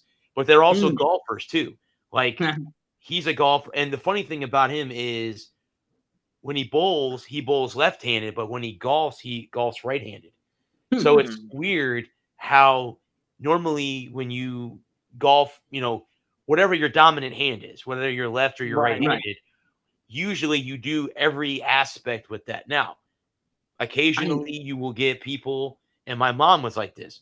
My mom was ambidextrous, so she could write with both hands. She would write print with her right hand, and then she'd write cursive with her left hand. So that's how she did that. And there are people that are like that, but you, like me, I do everything with my right hand. I bowl right-handed. I play golf right-handed. I play baseball right-handed if I ever play. I mean, the last time I played in a pickup game, I had slippery gloves and the bat slipped out of my hand and hit the catcher, who was an older gentleman, and split his head open. And they had to call 911. Yeah. I haven't played baseball since. So I'm not getting back on a baseball diamond unless it's for fun. But so I've had some night. Sure. But he like I said, he golfs right-handed, but he bowls left-handed. And I'd be scared stupid too. Yeah. I golf left-handed and bowl right-handed. So there you go. Oh, there you go. So there, yeah. See, it's the opposite. Sometimes you bowl I can't opposite. made a mistake bowling because for some reason, I was bowling my right hand, but I'm predominantly left hand. Maybe that's what I did wrong all those years ago. And I'm predominantly any kind of throwing motion, like a baseball, a football, a bowling ball, right hand. Just that feels comfortable. Now, when I'm swinging a stick, whether it's golf, hockey, baseball, that's left-handed. And I shoot a basketball right-handed. Yep, I'm one of those weird freaks where I tried playing right-handed for years. I tried playing right-handed because that's just you're right-handed because I write with my right hand. I'm right-handed. I write with my right hand. But my grandpa, he was left-handed. So because I had a set of old golf clubs that somebody was just throwing away, and they're like, "Oh, well, you can have them. You can go play with them, whatever." So I played with them, but they were right-handed clubs, and they never felt right. And in learning how to play baseball, I was batted left-handed. And my grandpa, he golfed left-handed. So when I got a chance to go play with his golf clubs, whenever he was trying to get me into the game, he was like, we'll just use my clubs and we won't have to get you clubs. And if you find out you like it, then we'll go get you clubs. I was like, okay, cool. So I went and played with his clubs, and I shot so much better left-handed than I ever did right-handed. It felt more comfortable. With the stick on the left side. And I think that sometimes I think there are people out there that, because they're prominently right-handed or left-handed, they stick with that even though it might feel uncomfortable to them. Where, like me, I've always been a one-handed bowler, but I've seen a lot of guys go two hands, and I think to myself, could I go two hands? Could I try that? Like, is there because I've always been known to bowl one-handed. I've never been taught how to bowl with two hands, and a lot of the guys on again, I'm not a PBA tour. I'm not going on the PBA tour, but a lot of them bowl two-handed. A lot of guys bowl two-handed. So, I actually watched. I watched a guy, Darren Tang, who also has a YouTube channel as well. He started one-handed, now he's bowling two-handed, and he's won both ways. He's won tournaments with both directions. So it can happen. That's something that I can't tell you. You have to get out there and experiment and see if you can see what feels more comfortable and what feels more natural and what you shoot better with. Because even if you shoot better, if it feels uncomfortable, it's going to be hard to get your brain to wrap around it. Correct. Absolutely. Oh. No, you're exactly right, because it could feel great to you. And let's say you go out there, the first time I go out and roll two-handed, I throw a 200. But if it feels uncomfortable, your brain's like, this is not going to work. Like you can't do that. Like, it doesn't feel right. And again, I guess in a way, bud, you can force it. You can force your brain to think it's okay, but it never, like you said, like you said you do everything with your right hand, but you feel better golfing left-handed. And that's, I mean, I've never tried anything with my left hand, so who knows? I mean, I might bowl two-handed left-handed instead of being right-handed, who knows? It's one of those things that you won't know until you try. Correct. And if it makes you a better bowler, if it makes you more accurate, more consistent, and I think that's the thing is, like, can it be consistently comfortable? Because can you and you might what you might do is alternate shots. One right, one two-handed, one left. One right, one two-handed, one left, and just get a feel for what works better, what feels better. And if you find out that they all are kind of about the same. Then just pick the one you're most comfortable with. Like if you go out there and you bowl a consistent night, so you play 3, and you don't necessarily you could do 3 games too. You play one right-handed, one two-handed, one left-handed, and then break down your scores. Be like, oh, okay. So with my right hand, I shot a 95. With two-handed, I shot a 96, and left-handed, I shot a 78. Okay, well, okay. So we know left hand's not. We're gonna nix left-handed, and now we're just gonna focus on two-handed. And we're gonna see if we see what that feels like. We're gonna run a whole game. We're gonna run another game, 2 hands, and then we'll play a 5th game, and we'll play that one right-handed, and we'll see which one of those makes the most sense. And then you'll have some scores. You can do some math. You're a banker, so math shouldn't scare you all that much. Right. Honestly, brother, it's funny that you say that because my girlfriend will come to me and go, "What is this?" And I'll just like, "That's that." And she's like, "How did you figure that out?" I go, "I deal with numbers all day." Yeah. Like, what? Yeah, what do you expect? You have to know. I mean, in your head, like, oh, what is this minus this? Well, just do the math. I mean, Yeah. it takes a while for them to compute it, but I'm more Yeah. I've been doing it for the last 9 years, so it comes more natural to me. Yeah. Than someone that doesn't deal with numbers on a daily basis, and stuff like Right. that. But yeah, the game plan on Saturday was I was going to go at least bowl 4 because, again, I haven't bowled in a while, and also I wanted to try. Like now, my ball is just the way a regular house ball would be if you go to the bowling alley. I'm going to go have the guy put plugs in my ball, and I'm going to try that. I'm going to try. I've never had plugs in my ball, finger plugs in my ball. I'm going to go try that. So it costs $10 to put them in. Nothing. So it's not like I have, it's not like it's going to cost me over $100 to put plugs in there. It's not like you're. And I think you can remove them. So I'm pretty sure. I would ask him, how do you remove these if they're not comfortable? So, or I just bowl a game and go, yeah, dude, these plugs don't work. Can you take them back out? Yeah. That's one thing. That's natural. One thing. Definitely ask him before you commit to it. Do they come back out? Yeah. The pro shop opens at noon at the bowling alley that I bowl league at. So I was going to wait till at least after 12 o'clock to go up there because then so when I got my ball originally, he drilled it for me. He's like, all right, do you like your ball like a house ball? And I said, well, I've always bowled that way. And I said, okay, could I come back at any time and get the plugs? And he goes, absolutely. He goes, just come see me. He goes, anytime you want to put them in, we put them in. And he goes, if you want to take them out, we can take them out. So I said, okay. So I think what I'm going to do is I'm going to go on Saturday before I even bowl one game. I'm going to have him put the plugs in. I'm going to go bowl. And then if I bowl 4 games and like you said, bud, it's uncomfortable, I'll go back in the shop and say, all right, you know what? These don't work. I can't, I can't, it doesn't feel right to me. Or I may put them in there and I find the fountain of youth, as they say, and everything goes great. So who knows, And well, you're gonna bowl 4 games, so I would bowl, go because you already know what it feels like to bowl without them. So go and bowl that first game with them, and see where you're at, see how it feels, and then maybe take 5 or 10 minutes before you go up for your next game. You get some time to process and think about what you're feeling and how it's going. Then bowl that second game 2-handed. And see how that works. I was thinking about the 2-hand thing, but trying that out, like game 2 of setting your other hand up there and then going.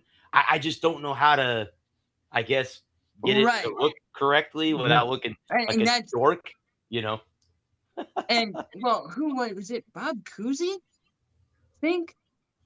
Back in the day, used to shoot free throws underhanded. Oh yeah. I forget. Lou, do you remember who it was? Was it Cousy? It might have been.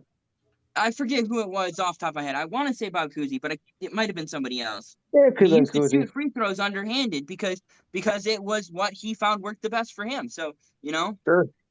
the thing I can say is go watch a YouTube video, watch a dozen YouTube videos, and get an idea of what you're supposed to do, and then go experiment. And maybe you find a different technique that just works right for you, you know. Yeah. Right. And then you try bowling a game with your left hand, or just take a shot with your left hand, and feel that. And then if that's like gross, you're like, ew, this is not good at all. I don't No. like that even one little bit. Yeah, And then that's kind of the game plan. Is I'm gonna try to go and get back into because I come in what they call the Brooklyn side, like where okay, a lefty would come in. I come in from that way. Actually, a lot of my shots come in almost straight down the middle. And I know a lot of players don't bowl like that because that's not the way, usually yeah, you it's have nothing. people curving it in on the left or the right side. Yeah. I come in almost down the middle from the left side. And that's just the way I Right. bowled as a kid. That's all Right. I've ever learned. And when I go galactic bowling, or when you go in the freaking bowling Galactic out bowling. and they have loud music on and there's strobe lights everywhere. Yeah, so you can't see Right. shots there because you really can't see anything. The bowling alley is so dark. So Right. but that's the game. And like I said, on Sunday I'm going to go to the range. The last time I went to the driving range, I actually hit the ball pretty damn good. But I got to get in. If I'm going to get back into the game, and I like to get back into the game, I got to get new equipment. My equipment is beyond old. Like my irons they've got to be 15, 20 years old. My driver's got to be at least 10 or 15 years old. So all the new technology that's come out, Yeah, for sure. but I got a trip in September to go to Wisconsin or to Michigan with my dad. So that's going to be paid for first. And then when I get back from my trip in October in Disney World, then I might look into at the end of the year getting new equipment and stuff like that. And I already have a spare ball picked out for bowling. So if bowling goes well, I have a spare ball that I already have That's lined cool. up. That again, I only spent $90 on my primary ball, and the spare ball is only like $60. So I'm not. If anything, I'm at $150 plus the bag that I carry it in. So it's not like I said, I'm not like I'm spending $2,000 on bowling equipment that I'm not going to use. It's just going to sit there and collect dust. Correct. And yeah, you want that. Unfortunately, guys, was trying to get into pickleball. I bought a pickleball set off of Amazon. You know, it hasn't been touched. It's in my room collecting dust as we speak. Because I played that sport when I was in middle school. People don't believe me when I said, you don't play pickleball. I said, you want to bet me? We play with wooden rackets and with wiffle balls, like we wiffle ball bat. That's what we used. I said, that's what we use. We played pickleball in middle school. It wasn't as popular as it is now because I think why pickleball is so popular is because it's not tennis and it's not as grueling as tennis is on your body as you get older. Because tennis, you're so far back, the ball comes at you faster. Pickleball, I think the court is cut in half by you moving up to like the serving lines or the serving squares. So pickleball is a little bit less intense. And I live in Clearwater. There is a place in my old stomping grounds in Pinellas Park that's an indoor pickleball facility. And I get ads all the time on YouTube.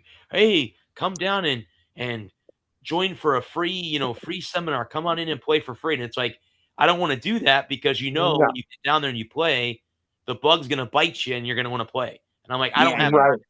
I got bowling and golf and the shows and my writing. I mean, in a couple weeks, 2 weeks from today, guys, will be media day one. So I got my questions. I'll send you guys the questions that made up.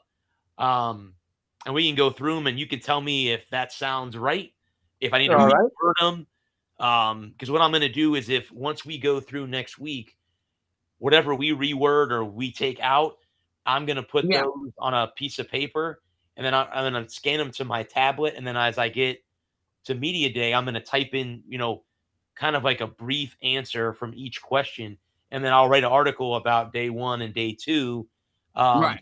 I don't know the schedule yet. I don't know who's on day 1 and who's on day 2. Right. I'm going to try the damnedest to see if I could talk to Coach Hartline. It doesn't have to be one-on-one, but in Right. maybe if I do get a chance to talk to him one-on-one, like it would be kind of cool. I am again this year going to go out and try to get credentials for basketball. I've already talked to one of the credential guys for basketball. The credentials come available in September, or to apply for credentials in September. So I'm going to try to get basketball this year because I went to the game last year. I had a lot of fun at the Sure But I don't know. I mean, we'll see how football goes this year. Obviously, I have to write a preview article as we get closer to the season. And, I think preseason football starts in like a month. Yeah. So we're not Yes, that far away from, again, being like the first half of the show, just us bullshitting. And then the second half's like, yeah, we're talking college and pro football. So we're right around the corner from those shows happening again. So, Yeah, sure. but I guess I don't watch a lot of UFC fights, but I saw McGregor, and yeah, he's back like again. I said, the GF isn't home, so Right. I have free reign to the TV. So I'm gonna be up and be awake and all that stuff. I think my boss is also in the UFC at work, and he's like, I said, well, the main card starts at 9 p.m. And I'm like, well, is the McGregor fight not going to be on till like 1 a.m.? He's like, no. Probably. He goes, it might be 11. He goes, because if there's a lot of 1-round knockouts, it'll go quick. And I'm like, didn't think about that. Because It'll probably be about between 11 and 11:30, and then you should get it going. Yeah. That's okay. usually when the main event goes off, regardless of what, Exactly. whether it's boxing or MMA. Usually the main event is 11 o'clock. Might be a little bit before, might be a little bit after, because they should have. You'll have your preliminary card, which I think is on ESPN, and then you'll have your and then you'll have your main card, which is usually three or four fights, depends on how big of a show it is. I think they have 5. I think there are 5. 5 this week. Well, so there you got the pre-card, which I think is 3 or 4 fights. Then there's the mid-card that has another 3 or 4 fights. Then the primary, because the mid-card I think starts at 7. The mid maybe it's the primary card, the prelim card that starts at 7. But anyway, I know there's 5 fights on the main card. I think there's 5 on the main card. So 5, wow.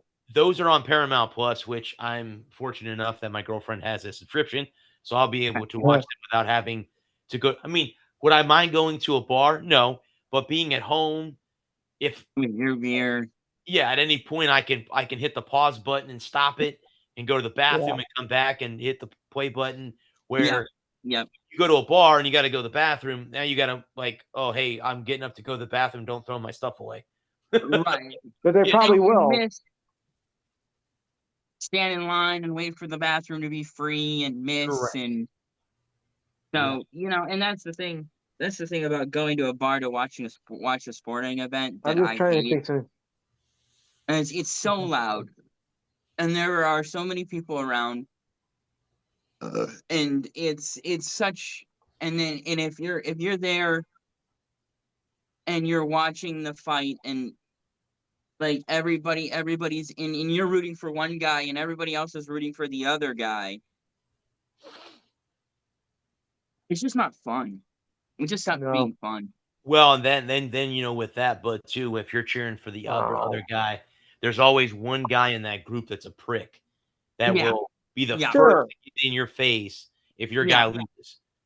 Just like in life, first person to get in your face. I've been out to watch football games, and I've had people do that to me, and or even going to, like, I went to a Rays Red Sox game many years ago, and I was walking out in Red Sox gear, and I was with my Right. aunt, and we had people, you know, ringing cowbells in our ears because they didn't, Yeah. because they won. And I understand, hey, congratulations, you guys won. That's great. Fantastic. Yeah. I'm not Yeah. going to be the first one to get in your face. I'm not the typical Red Sox fan that's going to rant and rave that we beat you. It's a baseball Yeah. game. There'll be another one tomorrow. And I'm going down the stairs to leave, and I'm like, you're in my face. Oh, we beat you. I go, yeah, there'll be another game tomorrow. There'll be Right. another game next year. Yeah. Unless there's a Yeah. work stoppage, but Right. at this Right. point, there'll be a baseball game, tomorrow or next week. So In Yeah. the rain. there's no reason to get into an altercation with somebody Right. over a sporting event. But again, like you said, but with going to a bar, there'd be that one guy that go, oh, look, this guy's cheering for this guy. Look, he's Yeah. outnumbered 15-1. So if he loses, let's just pester the shit out of him so that Right. he will leave. Maybe if we even pester the shit out of him before the fight even starts, he might leave before the fight starts. Yeah. You're always Yeah. going to people like that There'll in be life, people no that'll matter do what that happens to you, too. anyway. Well, but then again, it doesn't make it fun because again, Yeah. if everybody cheered for just the makes it same no damn fun. person or the same damn team, it'd be boring. Sports would be boring at that point. So Yeah. No, but what I'm saying is that in life, you're always going to a schmuck anyway. I mean, no matter what happens. oh, no doubt, Lou. No doubt. No doubt Right. about that. That's part of life. You're going And it just stops being fun when you're like there and then it's loud and you can't pause it and you can't get up and get another Yeah. beer. And you gotta pay. You're sitting there and you're paying. You buy, and once you stop buying beers or drinks or food or whatever, if maybe you do 2 shots and you're done, and you buy a plate of wings. Especially if you get there early. Like if you get there at like 7 o'clock, Sure. like it's already packed out. It's a full house. There's no seats, and you're sitting. You're waiting until that one family that didn't realize it was fight night gets up and leaves, Yep. and Yeah. and then you sit down, and it's loud. You can't hear. So you try to What? trying to order food and trying to order drinks, and you order a plate of Yeah. wings and a beer, and and it's kitchen's backed up, and you're hungry and you're thirsty. Bar's backed up, Right. and it's busier than a one-armed paper hanger. And a mobile home rush. Yes. And A mobile home rush. yeah, and That's a new and one. you got and your wings come out and they're not the right ones, or they're cold, or they're they're not what you ordered and they're cold. Or the draft a few years ago when I ordered wings online and never got them. Yeah. Never got Yeah. them. Okay. Yeah, I drove to the wing house, which is now not a wing house anymore, but I drove there and I'm like, I Wonder ordered why. them. And she's like, well, we don't have that order. I'm like, okay. Screw you. Like, I made the order online. We don't have the order. I'm like, oh, okay. Well, then. And she's like, Why not? at that point, too, it happened to be on draft night. So the restaurant was starting to get packed with Right. people. And she's like, well, the kitchen's backed up. And I'm like, I'm not going to wait because I had the show to do with you guys. I'm like, Yeah. I'm Yeah. not waiting. I can't wait. So I went home and had hot dogs. I'm like, okay, I'll just go home and do this myself. It's fine. The same You know, was it's Gordon like, Ramsay over there. whatever, Yeah. So now, Basically. obviously I unfortunately missed draft night last year because I was going on a cruise. So I missed the draft last year. But or this year, I mean, excuse me. No. Yeah. What did I miss the draft for this year? Because I must have been on vacation or away or something. I don't Yeah, I remember. forget why you were flying out the next day. That's what it was. Okay. Yeah, I was flying to going to Louisiana, going to New Orleans. That's right. I forgot about that. Yeah. So I missed the draft show this year. So hopefully Yeah. this upcoming season We ended up calling it early. We ended up calling it after 10 o'clock because we were both like Yes, we falling did. asleep. So Well, Just yeah, like the 'cause I first remember year. the first year we did this shit. I think all three of us Oh were my asleep God, that was by the a end of round disaster. one. That was a marathon, bro. Yeah, That was a marathon. that almost lasted longer than a Stanley Cup playoff game. Almost. Jesus, felt like it. Yeah. Into the 7th overtime we go, and no score. Yeah, 0-0 into the 7th overtime. I haven't made love to my wife in days. That's okay. She didn't want to see you anyway. All right, you guys wrote that joke. I know. I got working material. Jeez. Right. Yeah. No, I don't know. At this point, with technology the way it is, maybe 20 years ago, 25 years ago, when bars, I wasn't going to bars 20 years ago. I wasn't old enough, but even Right. 15 years ago now, when I would have been old enough to go to bars to Right. watch a fight or watch a game, it never even really appealed to me. Like with the way technology is. Hair in my mouth. Sorry. With the way technology is now, with TVs, with in-home TVs being just as big as any bars, and Right. with Red Zone and with streaming services and everywhere that you can get the games, not having to be at home to watch. Not excuse me, I said that wrong. I'm not having to go to a bar to get to see all the games. Yeah. Like like. When I was like going to bars to watch games and going to there's a couple bars here in town that I've been to watch games when I didn't have when I was in between when I just moved in and I didn't have satellite yet and I was still waiting for them to get it connected or it had gotten cut by the lawn guys so they had to come out and fix it.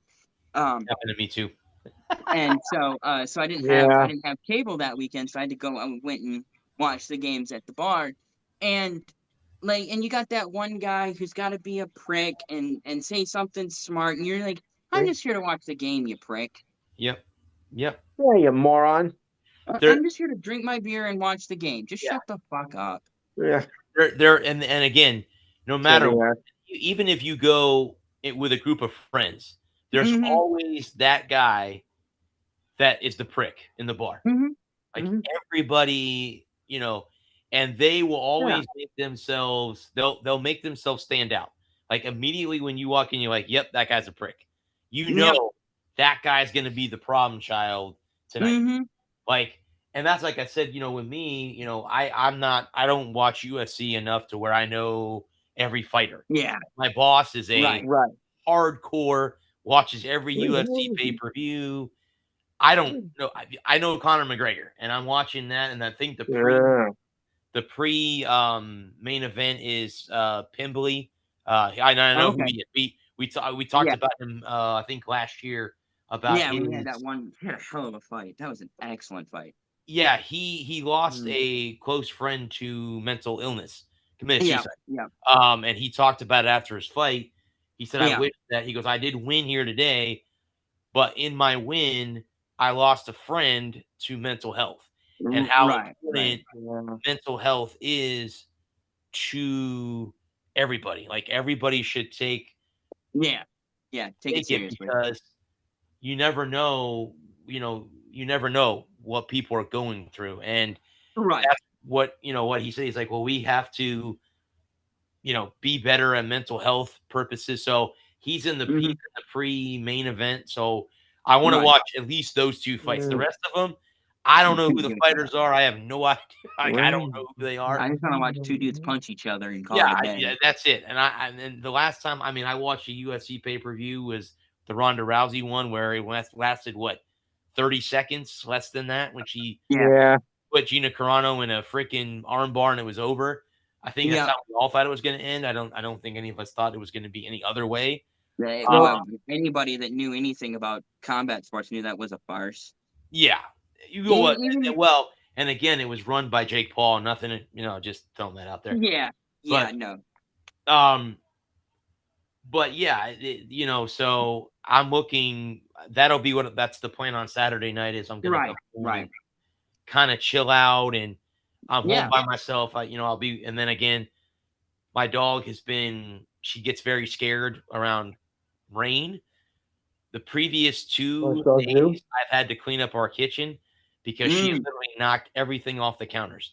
And I'm talking cups. I'm talking, we have a Keurig maker or a Keurig machine. She knocked that over. The toaster was on the floor yesterday. My girlfriend has all her Keurig or K cups in this big. Yeah. They were all on the floor yesterday. Like 2 or 3 of them got busted open. So I had to take 20 minutes when I came home yesterday and clean all that mess up.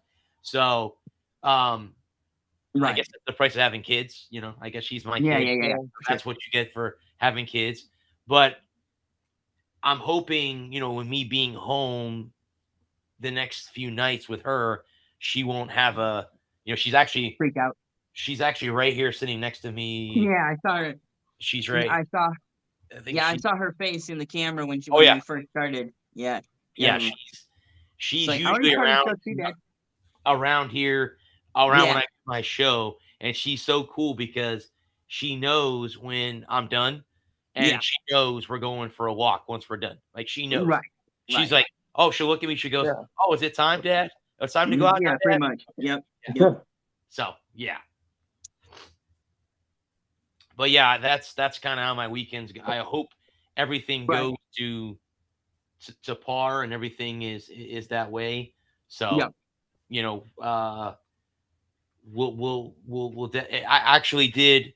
did a 5K at midnight on the 4th of July. So that was cool. There was a lot of people. I was surprised at how many people were actually, and to be, again, I usually do 5Ks in the morning, 8, 9 o'clock in the morning, stuff like that. And everyone's up in the morning, but to be there and like, look at your watch and go, oh, it's the 3rd. Oh, wait a minute. It's the 4th now. Like, I just turned to Saturday morning, and there was, like I said, there was a lot of people there. It was fun. It probably would be something that I would do again because it's a different way of doing them. And I've already signed up for the one next month. Tomorrow I'll be signing up for the one in September. So I've got them all lined up. I know we were talking about addictions and stuff like that with mental health. And I'm like, well, I don't do hardcore drugs. I don't drink very often. So if I'm addicted to doing 5Ks and I have vices, I have vices like everyone else does. But I don't have anything that's going to hurt me. I don't have anything that's going to hurt me. I don't smoke, don't drink, don't do hard drugs. Yeah, I mean, I have a cigar here or there. Like, I think the last cigar, one I had was a couple weeks ago.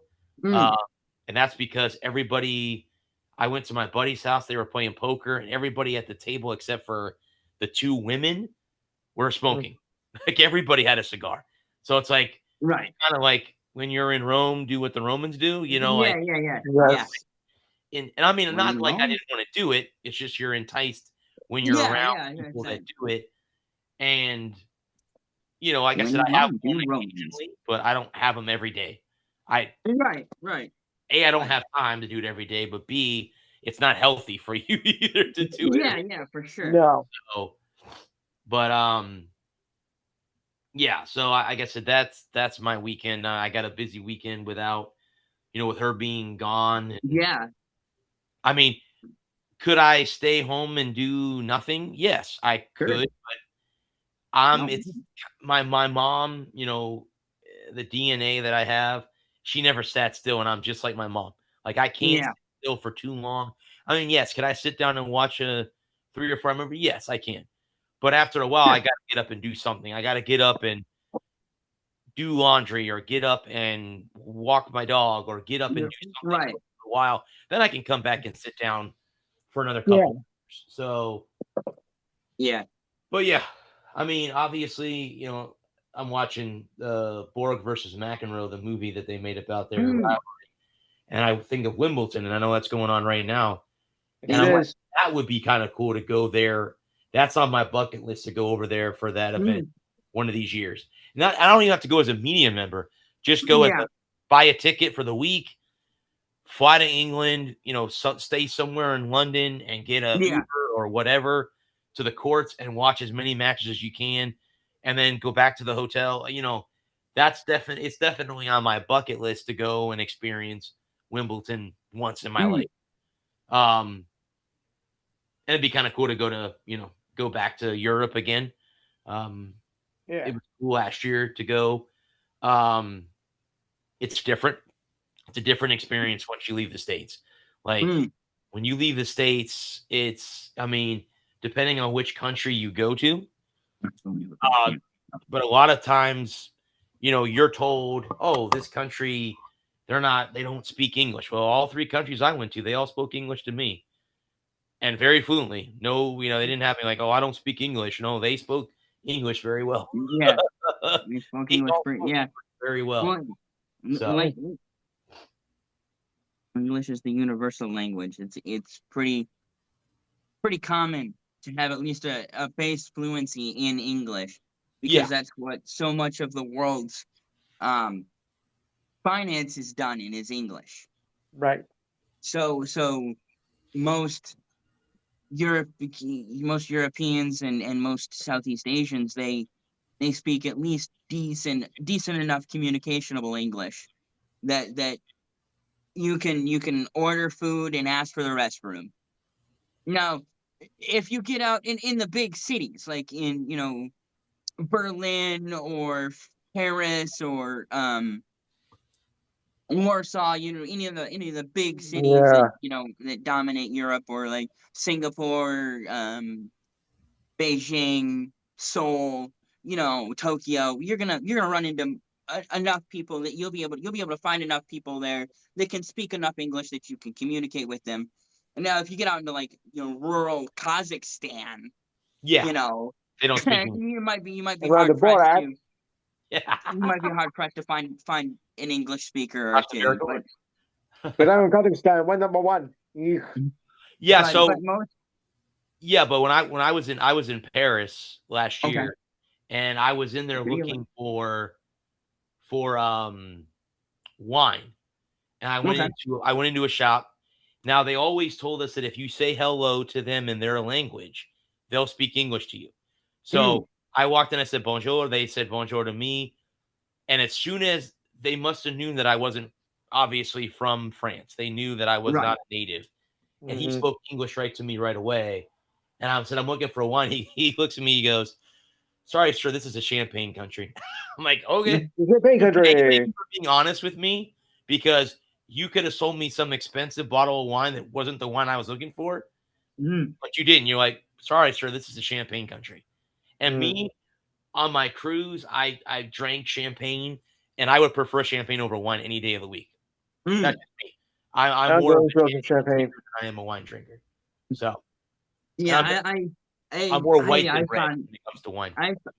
I found I like sparkling wine. Sparkling wines are. It's funny. I've been, the miniseries, Band of Brothers. About 20 years ago now. Oh yeah. I've been listening to the book, and they were some of the guys from the 506 from the parachute regiment. They were it was either France or Belgium, and they were in Belgium, and they got a hold of a bottle of champagne, and they popped the cork on it, poured 2 big glasses, and it's like, this is just pop. Drank it, and they drank all night like it was pot. There were these sergeants, professional soldiers, NCOs, and one of the lieutenants that was with the company, and this was right before the bulge. So this was like December, so it said 14th or 15th, into the 16th and 17th, and they got lit up. They got tore up from the floor up, and they wrecked the barracks. And the sergeant came down, he was fit to be tied, and reamed them a fresh one and made them clean it all up before they could go back to bed. Made them sleep it off. They never had champagne before. Country farm boys from Pennsylvania and Ohio and all over the country, and they never had champagne before, so they didn't know anything about it, and they drank it like it was soda, like it was like a Coke, man. Well, so Yeah. I'll be honest with you. I didn't drink it prior to going on the cruise that I went on last year. Mm. And they had it on when we got on the first day we got on the boat. They did a welcome toast. So the captain Right. came out and told them, okay, here's what we're doing. We're going to stop in these cities. If you have any questions, come see me. Don't hesitate. I'm right up there. Just, get with your cruise manager. If you need to talk to me, I'm always available to talk. So I started drinking champagne. I'm like, wow, this is not so bad. Like, this is not really all that bad. And I think the second to last night we were there, I may have drank a little bit too much prior to eating. And yeah, I got a little tipsy. I'm not gonna lie. I got a little lightheaded. And I'm like, yeah, so this is how this feels. This is 9 beers what at a this base. feels like. Because I can be honest with you, I've never been drunk in my life. I'm not a big drinker. So Yeah, I've no. never gotten to that point where I've gotten so Inebriated. there you go. Where I Yeah. feel like I'm sitting, where you feel like you're out of it.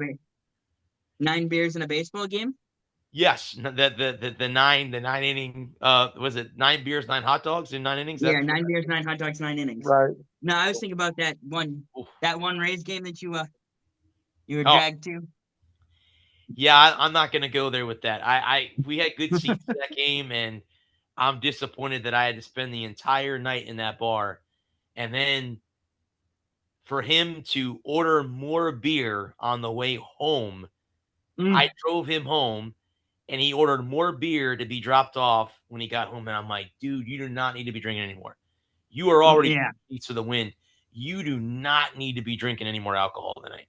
Right. And I mean, we go to his mom's house, and it had to be 11:30 at night. And I'm like, she was sound asleep, dude. I mean, she was asleep. And we come in there, and he's allowed. Obviously, some people are loud when they're drunk. Some people are very quiet. Yeah. He's just a very loud drunk. And I'm like, He's just dude, loud in general. you just woke up your mom. Like, if I was a roommate of yours and I was at home and you woke me up, I'm throwing fists. I'm throwing fisticuffs. I've been sleeping, and your dumb ass walks in the door and wakes my ass up. And I gotta go. Let's say I gotta go to work, or I got a doctor's appointment. Oh hell no! We're throwing fists. It's fisticuff time. But yeah, that was a different story. That, like I said, he drank more.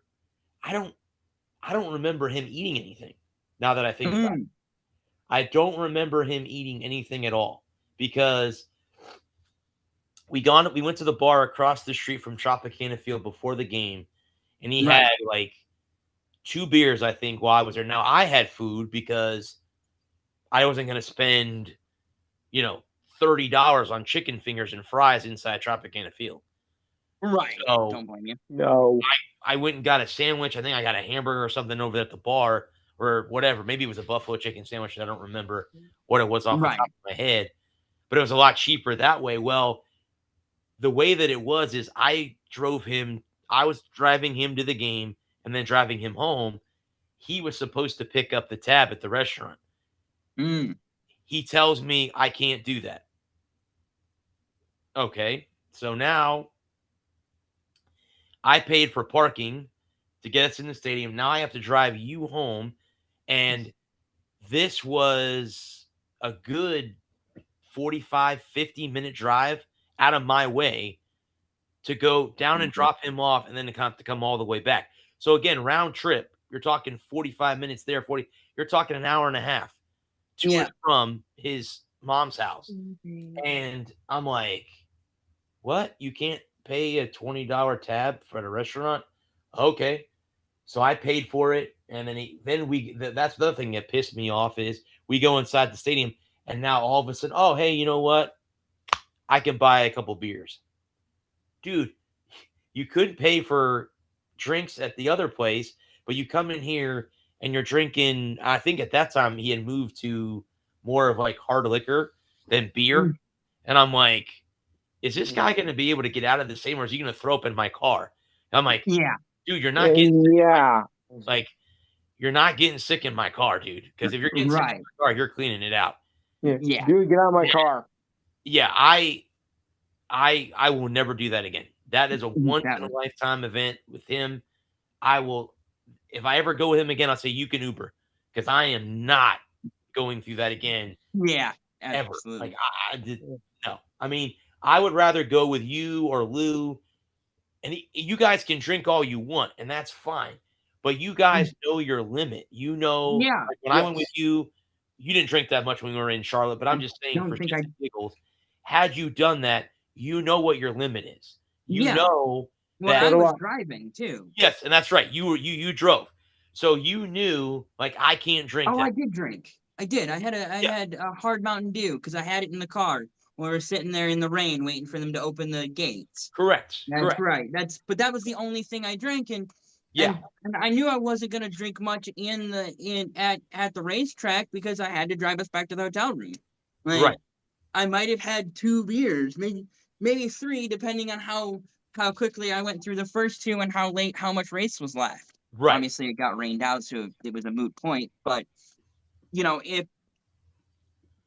I had been if the race had gone off like it was intended to, when we went in, I probably would have got a beer when we got there. Just went up, found a vendor with a beer, and been like, let me get a Miller Lite, or whatever. Probably Miller Lite, because that's usually what I drink when I'm out and about, and usually because Miller Lite is my favorite of domestics, and that's usually what they have on of the domestics that I drink. That's usually what most people have is Miller Lite. So I could get a Miller Lite, and then I probably would have drank that before Green Flag, probably right before Green Flag during command and invocation, all that. I probably would have gone up to the concessions and got another beer and drank that, and then after the stage 1, I probably would have gone up and got one more, and then that would have been it, and that's all I would have drank all for the whole event, because I know I need to be sober when we're done, and I would rather drink at the beginning and have time to sober up than try to drink throughout the whole thing. Yes, yeah. I think with him, he knew that he didn't have to drive home. Like he knew, hey, I don't have to drive home. So well, even if and I'll say, even if I didn't have to drive, even if you were driving, if we get the money together next year and for the summer Daytona race, and you're gonna be driving me around, we get a hotel room up in Daytona, and I fly into Daytona, and you pick me up, and we go to the hotel room, and then we're gonna spend the whole weekend in Daytona. No, I'm not getting blitzed out of my mind because I want to hang out with you. Mm-hmm. Yeah, that's another thing too. Is it like I said, if you want to drink a little bit, that's fine. But when we go to a baseball game, and we're there to see a baseball game, we're there to see a sporting event, and you make it more about drinking than you do being at the sporting event. Well, that makes it kind of difficult to hang out. Right.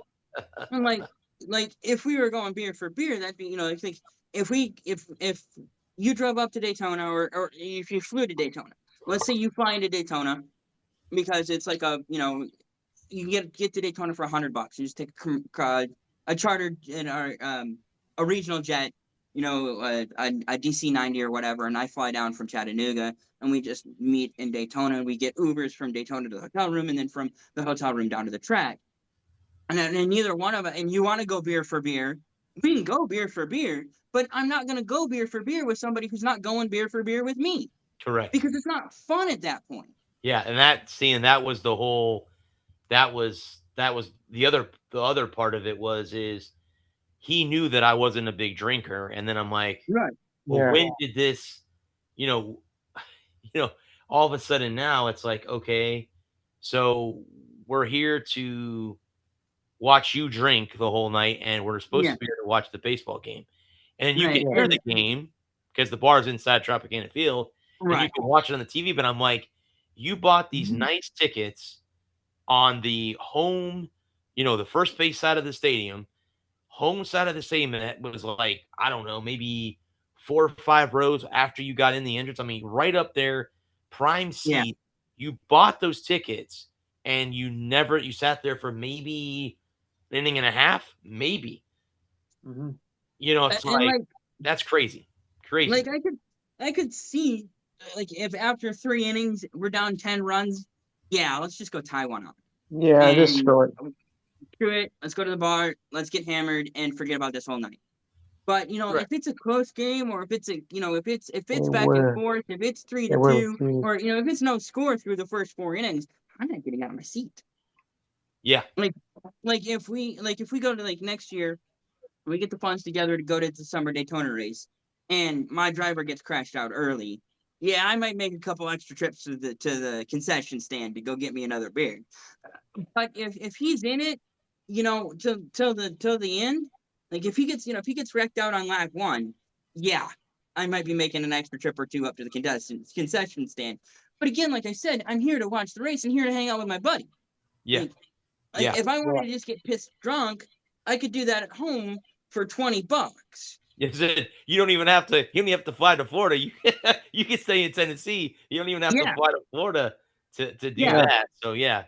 No. Yeah. And it goes back to what we were talking about with going to a bar to watch an event. Yeah. Like I can go, like I already pay for the cable package to watch we're Paramount Plus or whatever. I already pay for right. Paramount Plus. I can buy a 12-pack of beer and a fifth of Jack for $40 and stay and home. get Be comfortable. shit-faced. Get absolutely shit-faced and as opposed to paying for 2 beers and a plate of wings for $40. Right. And then I went my own last year a few times to watch USF when they were on the road because I didn't get the channel that they were on here at home. I probably will this year, but I have ESPN Plus, so I can watch most of the games now here at home. But at the time, we didn't have ESPN Plus. And the bar that I go to, actually the bar that I'm going to get wings for the UFC fight, is the chairs are uncomfortable. After a while, you're sitting on a wooden chair or a steel chair. Well, your butt starts to hurt, and you're like, okay, well, either I go through this or I go home. Now, like I said, too, after a while, if your team's getting their asses kicked, I'm going home. Like, I'm not going to sit here. I can watch them get their asses kicked at home or on my phone. I remember when I was on the cruise and USF beat the Gators in Gainesville when Nico Gramatica kicked the game-winning field goal, and everybody says to me, "Did you see the game?" I'm like, "Dude, it's like I'm like 6 hours ahead." I'm like, "No, I haven't seen it." And in the middle of the night, I literally got up in the middle of the night because I'm sleeping. I'm like, "Okay, I got to see this damn field goal so I can go to bed now." I get up in the middle of the night, and then I couldn't go back to bed because you're excited. Your team won, and I'm like, "Damn, I wish I was there. I wish I was there in person to see him hit that game-winning field goal because I was there the year before and they lost to Florida. And the reason that they lost to Florida was they missed the field goal. So they missed the field goal to win the game. Florida won. That was Anthony Richardson when he was still at the University. Now he's with the Colts or wherever he's at now. Yeah. So that changed everything. So this year they won, and I think they're done with the Gators now. I think they played their 3-game series. So I don't know if they'll re-sign back up with them. It'll probably be a few years before because Florida will probably move on to UCF. Yeah, I'm guessing it'll be one of those things. I think they're in the midst of playing UCF, but as we speak, I think the Knights are on the Gators' schedule. That's one of those things that rotates every few years. I mean, it would be kind of cool to see USF play Florida State. They've played Miami. They've played the Gators. Be kind of cool to see them play in Tallahassee or here in Tampa. Yeah. The home stadium, the on-campus stadium opens up next year, and the first game's against Louisville. So they already have it scheduled. So that I know that game will be a sellout. Yeah. It's unfortunate they can't get the other the big Florida teams in to play them in their new stadium to christen it, but yeah. Do you guys want to call it a show right there? Yeah. We've run long already. Let's talk about your show, bud. All right, and here's where the show returned to its Saturday time slot. We did Sunday last week for 4th of July. Number is still the same, 512-543-4662 or 1-800 I'm dumb, a dead duck. We'll continue with the discussion of the NHL and NBA free agent frenzy, which is going on. We'll talk the Elite Eight of the World Cup. Of course, we'll keep in touch with the final week of Wimbledon. We'll have WNBA. We'll also keep tabs on the MLB All-Star game because lineups are changing, so we're going to keep updates on that as well. And of course, the Home Run Derby, which I always enjoyed every year. I don't know about the rest of y'all, but I kind of like it myself. Yeah, it has its ups and downs. Yeah, pretty much. I'm still trying to get something for UFC and whatnot because we're still looking for, a replacement. So I hope we can get that. Also, of course, your thoughts and comments. This date in sports history, the ridiculous time of the week, sports trivia, and of course, the inspiring story of the week, as I like to call it. So don't forget the number is 512-543-4662. Again, 512-543-4662. Oh, also ESPY Award nominations because the award show is on Wednesday. So again, 512-543-4662 from 4 to 6 p.m. Don't forget to like and share the page. And remember, we're on Facebook Live. Thanks, Lou. Yeah, again, thanks to these two gentlemen for making Thursday Night. Well, thanks again to Nicole for coming on. I didn't know that it was her 8th podcast of the week. So thank you again, Nicole, for coming on and talking to us. We'll talk to you in a couple weeks about your trip to Nashville to qualify for the same tournament that she just made the cut in a couple weeks ago. So that will be cool. Next week, these two fine gentlemen will be helping me prepare for American Conference Media Day. I guess if I didn't announce it on here, I did get credentials for both days, so I get to interview everybody in the conference, not just USF. So I'm curious to see. I have some questions. Like I said, I'll send the questions out to the guys. You guys can tell me what you think. If I need to revise them in any way, shape, or form, I will. And then whatever I revise, I will put together, and then I'll get ready to go for. And then that Thursday, I will come in and tell you guys, hey, this is what happened, or this is what this coach thought about the questions, or whatever that day, because I think I'll be able to do my show that day as well. But again, we'll be back next week, guys, at 8 o'clock as normal. Before we go, thank the men and women of our armed services and our first responders. Thank you for doing what you do. Happy 250th to America. I know we're 5 days past July, but happy 250 to them. I am the sports reporter, Bradley Walker. This has been the Walker Report. We are part of NGSC Sports, guys. Remember the website? It's ngscsports.com for all your current sports content. Until next week, everyone, stay safe. Have a good weekend. Peace. Good night. Prince, send it.